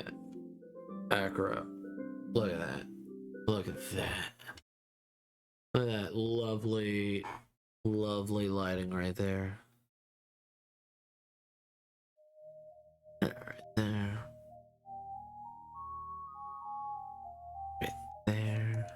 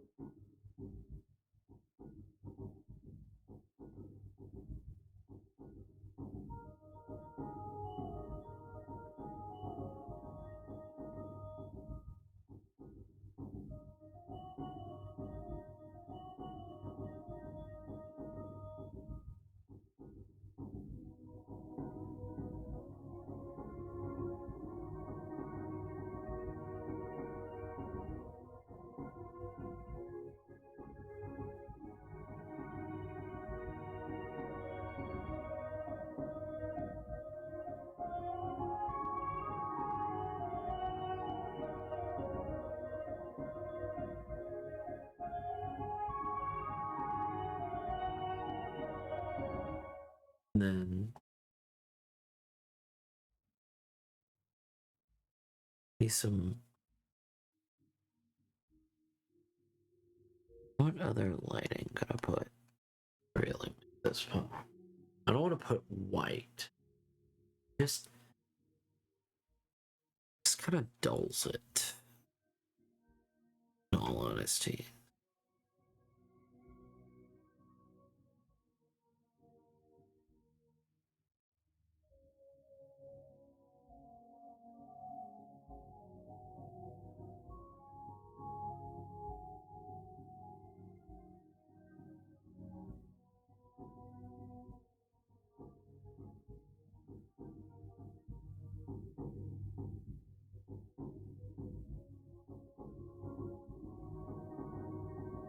And then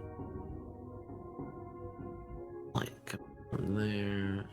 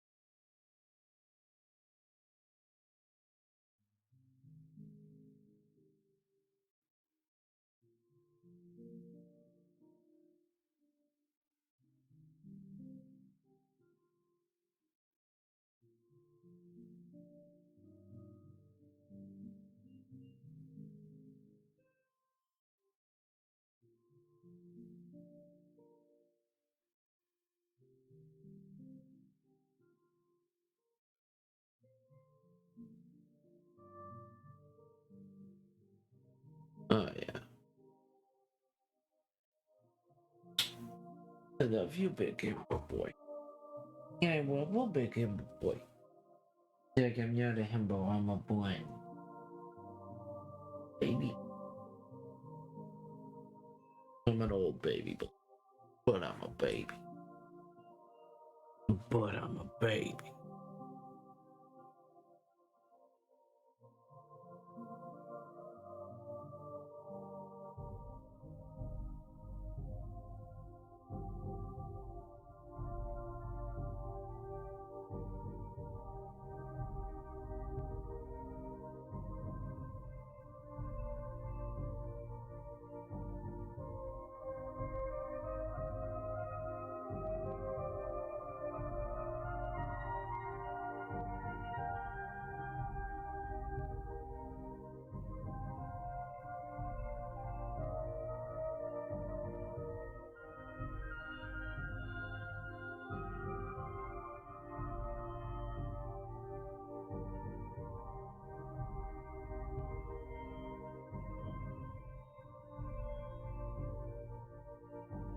I've returned. It's the General.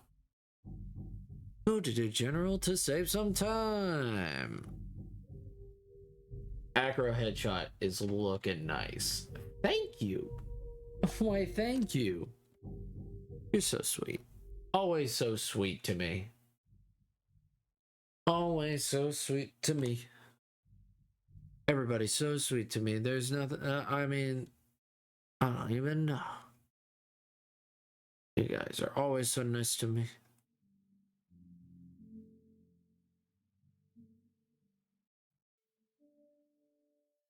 Well, he has paid. He has paid for the combo platter, so I gotta make sure that it looks real good.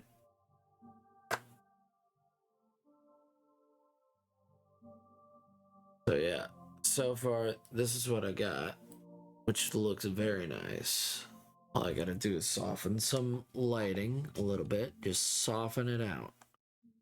So general, whenever you draw, you gotta soften that light because light diffuses over surfaces. And it's looking real good. So now to do the second part of it. Duplicate layer.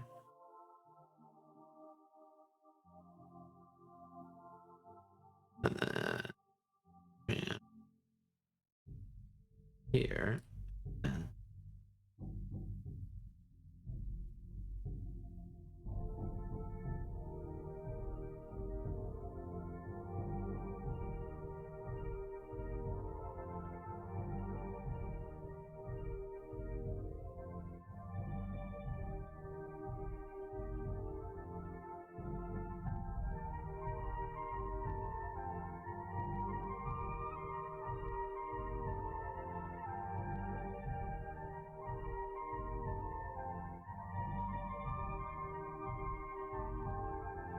UV layer.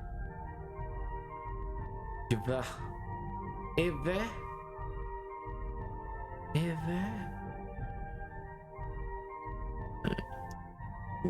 Deselect, and then with this purple, reselect. And then over here, move the eyes.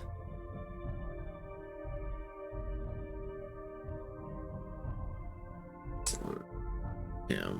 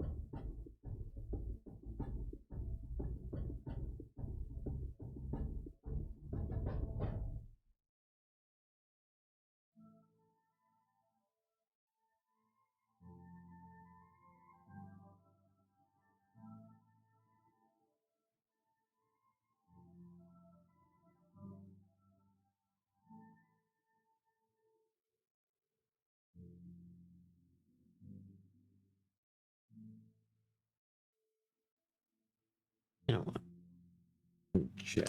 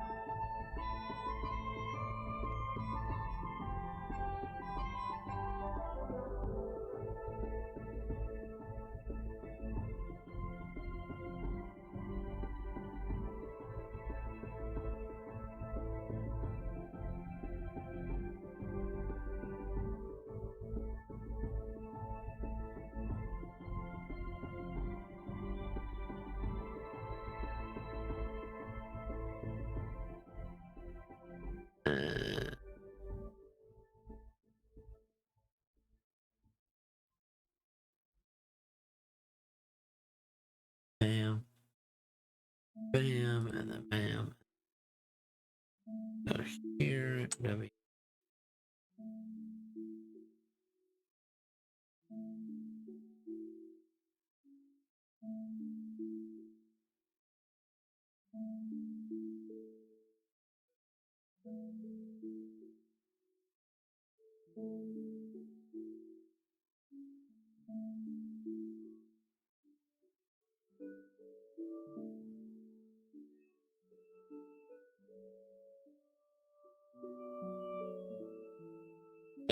I can't. I haven't. Merp. Oh my goodness. Yes. What is it? What is it, you little merper? What is it, General? You just enjoying yourself over there merping away? Just gotta talk. Just gotta talk about something.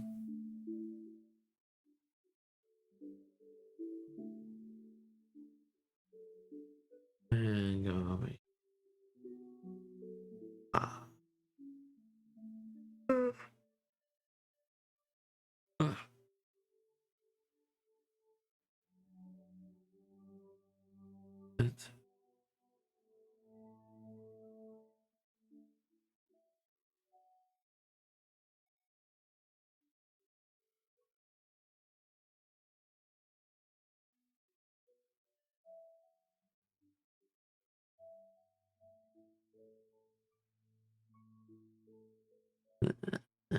Radiant. Radiant.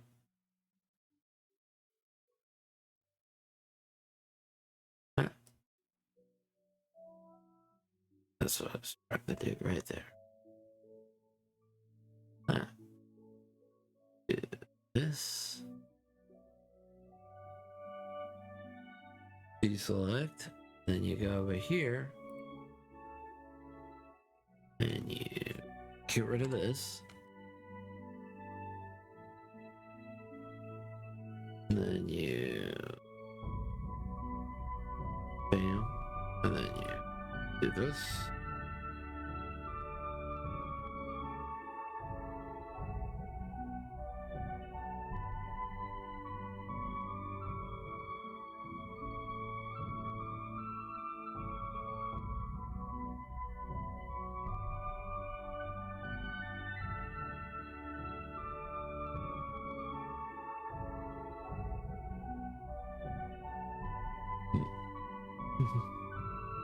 I do be merping while you do with the screamings, yes. By the way, okay. By the way, what's up? What's new, Scooby-Doo?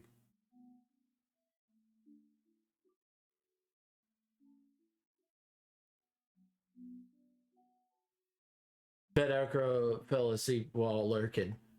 Probably fell asleep. There is a huge possibility that he fell asleep.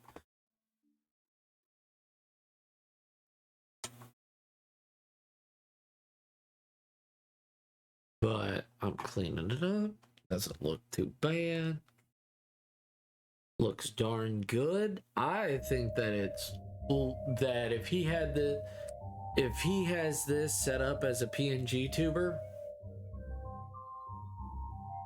he'll be real excited about that.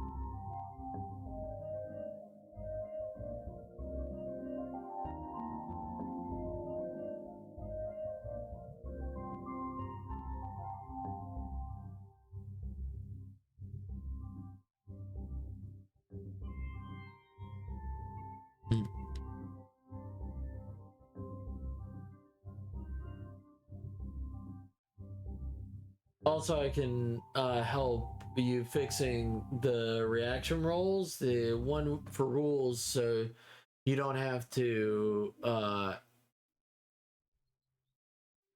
I-trupt yourself having to set up the people every time they join in. What's going on in here? Breakfast? Breakfast. Galactic bee. It's a galactic bee, not a normal solar bee, but a galactic bee. My goodness. What's a galactic bee doing in here? Open up the window. My breakfast is some of the 3 pizzas I ordered last night. Oh my goodness. Galactic bee? I wish I could actually eat pizzas again. I wish I could eat pizzas again. And not die. Well, I can. I just, because I know for sure the rules on your Discord with the reaction emoji was a setup for getting that rule, as in a thing for making the people agree to the rules. Yeah. Cheese alert. What? Cheese allergy? Yep. Cheese allergy. Alright, let's see. Save. Alright, and now to add the light, it should just be 1 layer. Which is all it's gonna be is just the white. Alright, here. It's gonna be right there.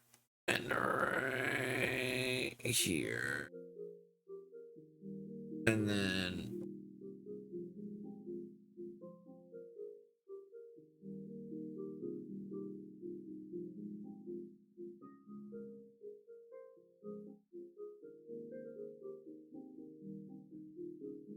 yeah.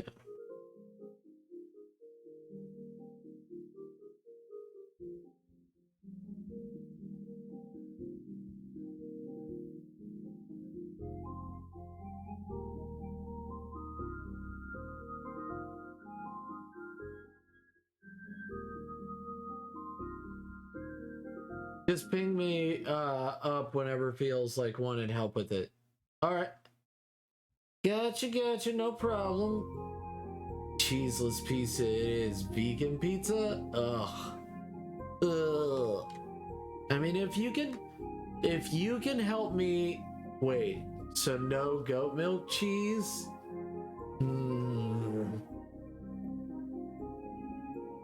No. I mean... all cheese will make me not be able to, I will have bathroom troubles. You understand. It constipates me, and I don't like being constipated. I hate it. I dislike it. It's not fun in the slightest. And then add that bit right there. Oh my goodness.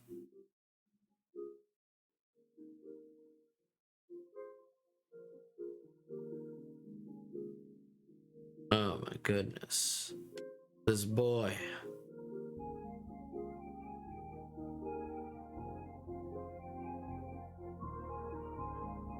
If you saw this as a PNGtuber, rip mommy milkers.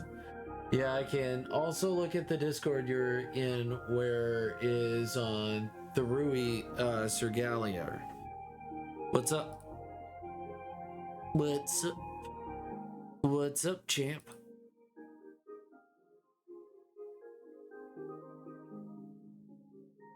What's up, champ? Let's see, what's up? What's up, champ? I'm on there. There's furry art.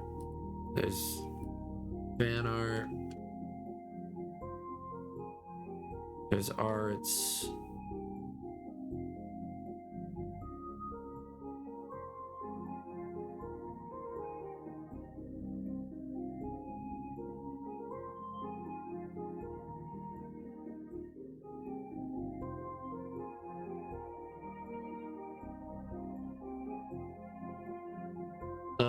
I was the one that set up the whole setup. Ah, okay.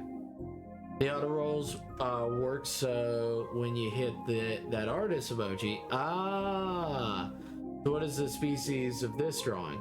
I think it's a Drago wolf. I think I'm not too sure. Not too sure, my man. They gave me money. That's what I know. Is they gave me money and I drew it. And I'm like, oh yeah, money. Money. Da, da, da, da, da, da, da.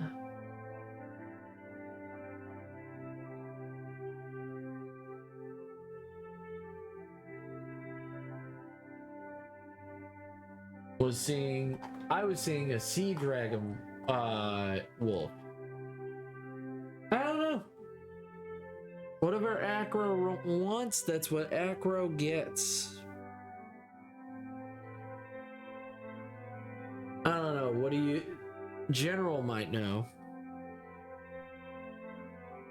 I mean, if you can set it up like that, General...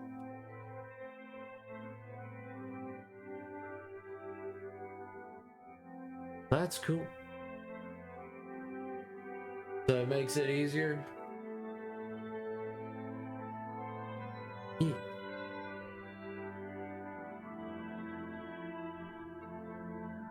So I need to save it as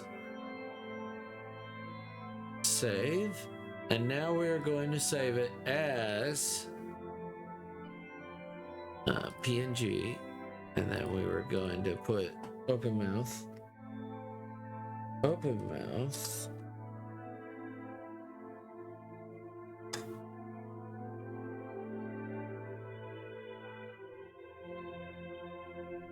Now it's gonna take a moment. Whoopsie, I may have dozed off. It's totally fine. It's your day off, girl.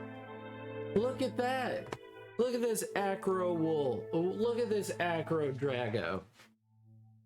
Acro the Drago.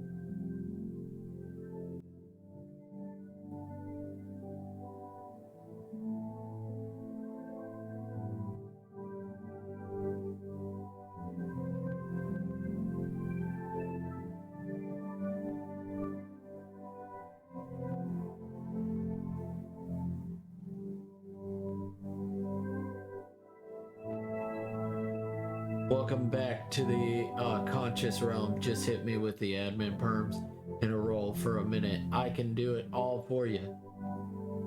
They're very cool. Love the colors. I do love the colors in a minute. Thanks, Galactic. We'll talk about it later, General. We will do it later. I'm very tired. I just want to get these rendered and then I'm gonna be done for tonight.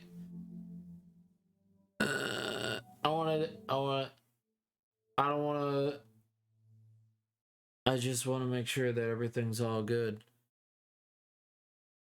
I mean, I have to do this, do that, yeah, yeah, yeah, yeah, yeah, yeah. Bam, bam, bam, bam, bam, bam.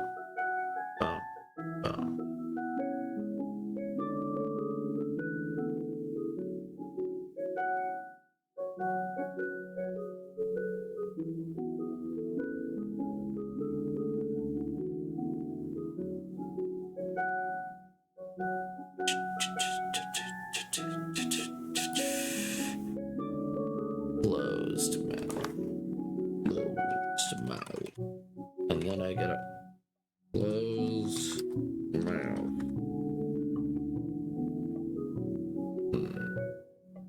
Aw, sleepy goat. Well, Acro, what do you think?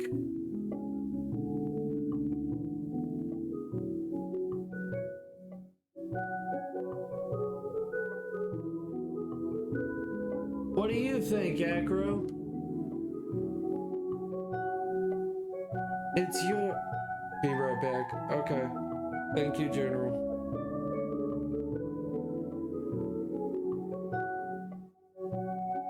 What do you think, Acro? You're gonna be using it. What? What? Oh, I love it. Yeah. Good, good.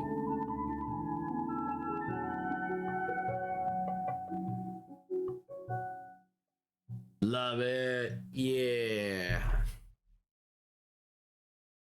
So you're gonna be using it as a PNGtuber, and then say, let's see,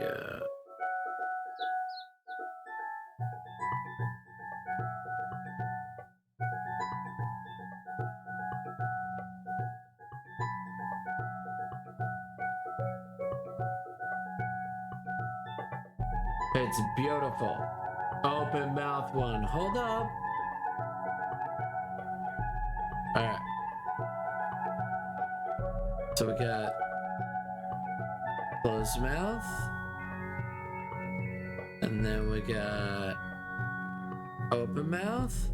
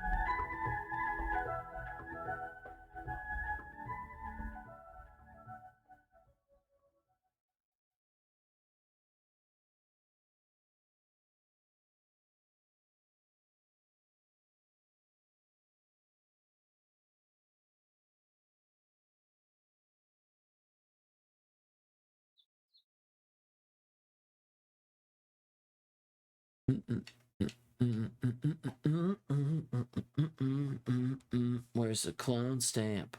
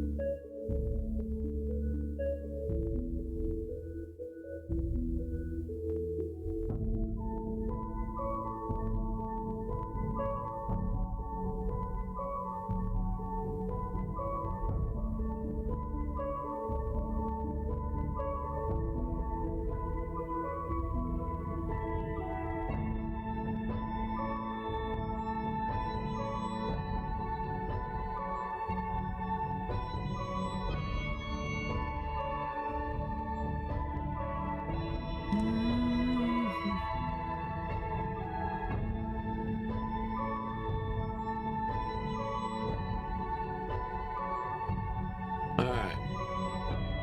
Save.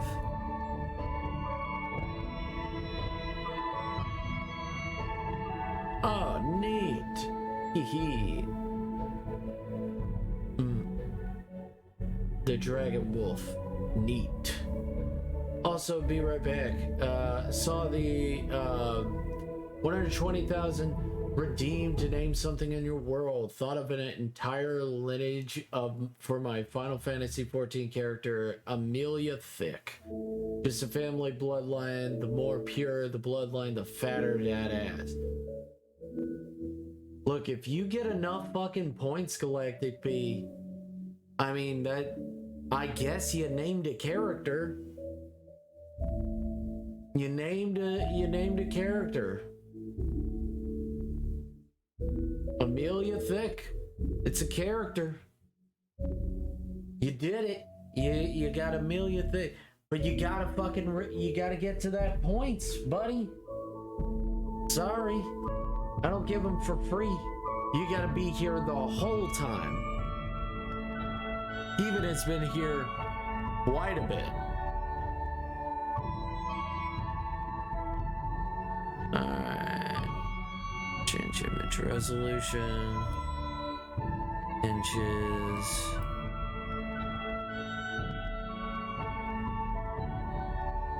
And then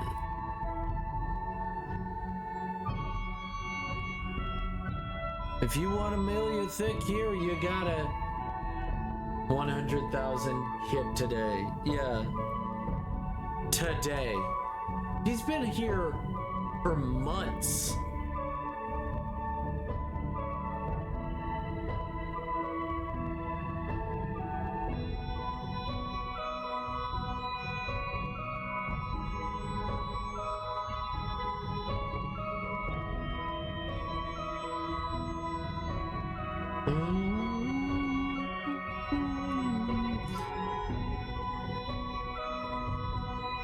My darling, my love, and I love your touch. Echo.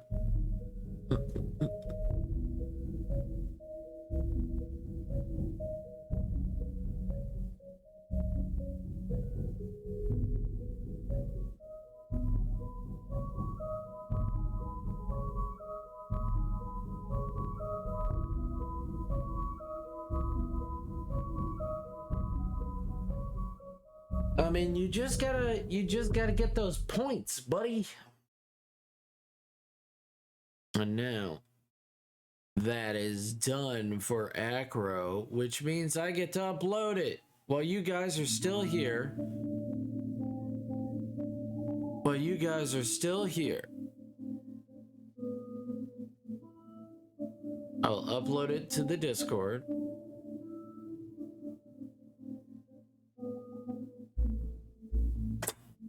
I'll upload it to the Discord.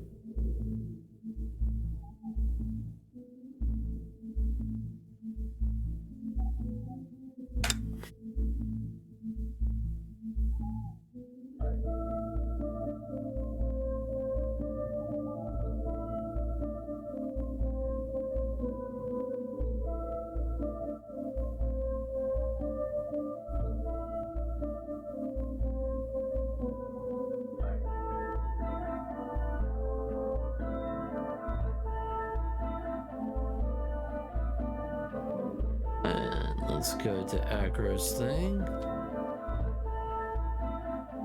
and upload it to Agro directly, assuming direct control right into his Discord thingy. I've returned. Don't get the words wrong, or Nyx will come in just to shout at you. I've returned. He's asleep. I mean, I assume he's asleep. He should be asleep, because he wasn't in my stream all day. Who are we gonna raid? We've got 11 fucking people here. Let's raid somebody today with Raid Shadow Legends. If you use my promo code, suck my... No, I'm kidding. I'm 100% kidding. My sister actually got sponsored by Raid, actually.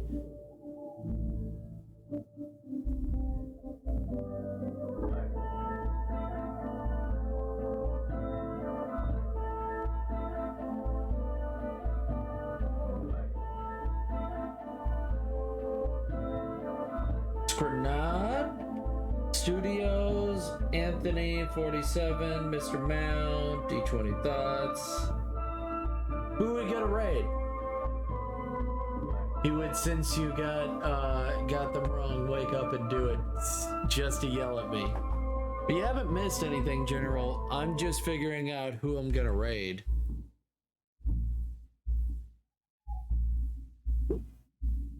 So I'm gonna figure out who I'm gonna raid. Who are we gonna raid?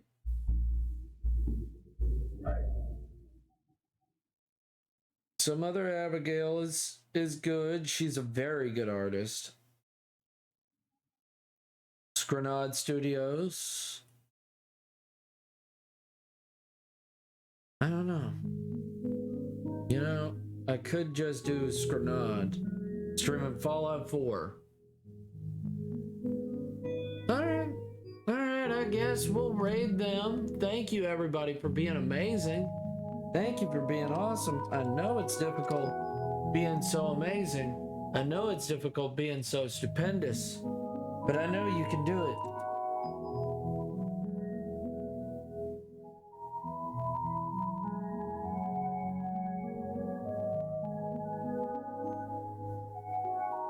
Alright, guys. Thank you guys so much. Thank you guys for the enjoyable time that we had together. Ah, damn. Damn it.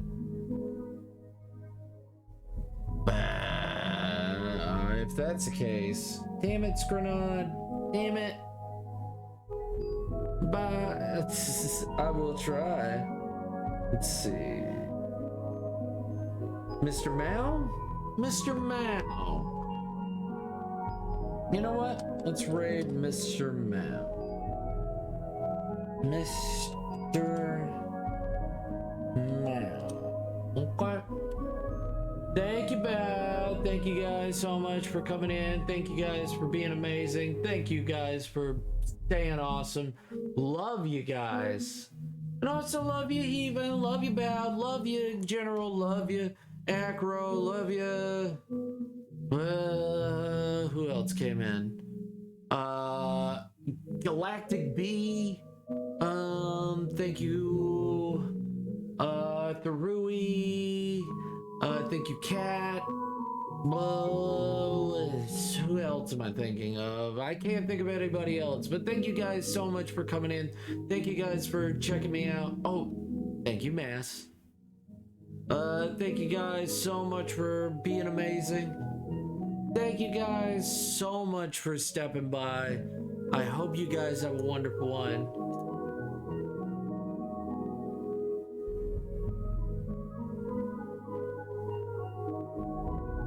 I hope to see you guys later. And stay positive, stay amazing. We hope to see you later. Now, you guys have an amazing day or amazing night. We'll see you guys later. Bye-bye.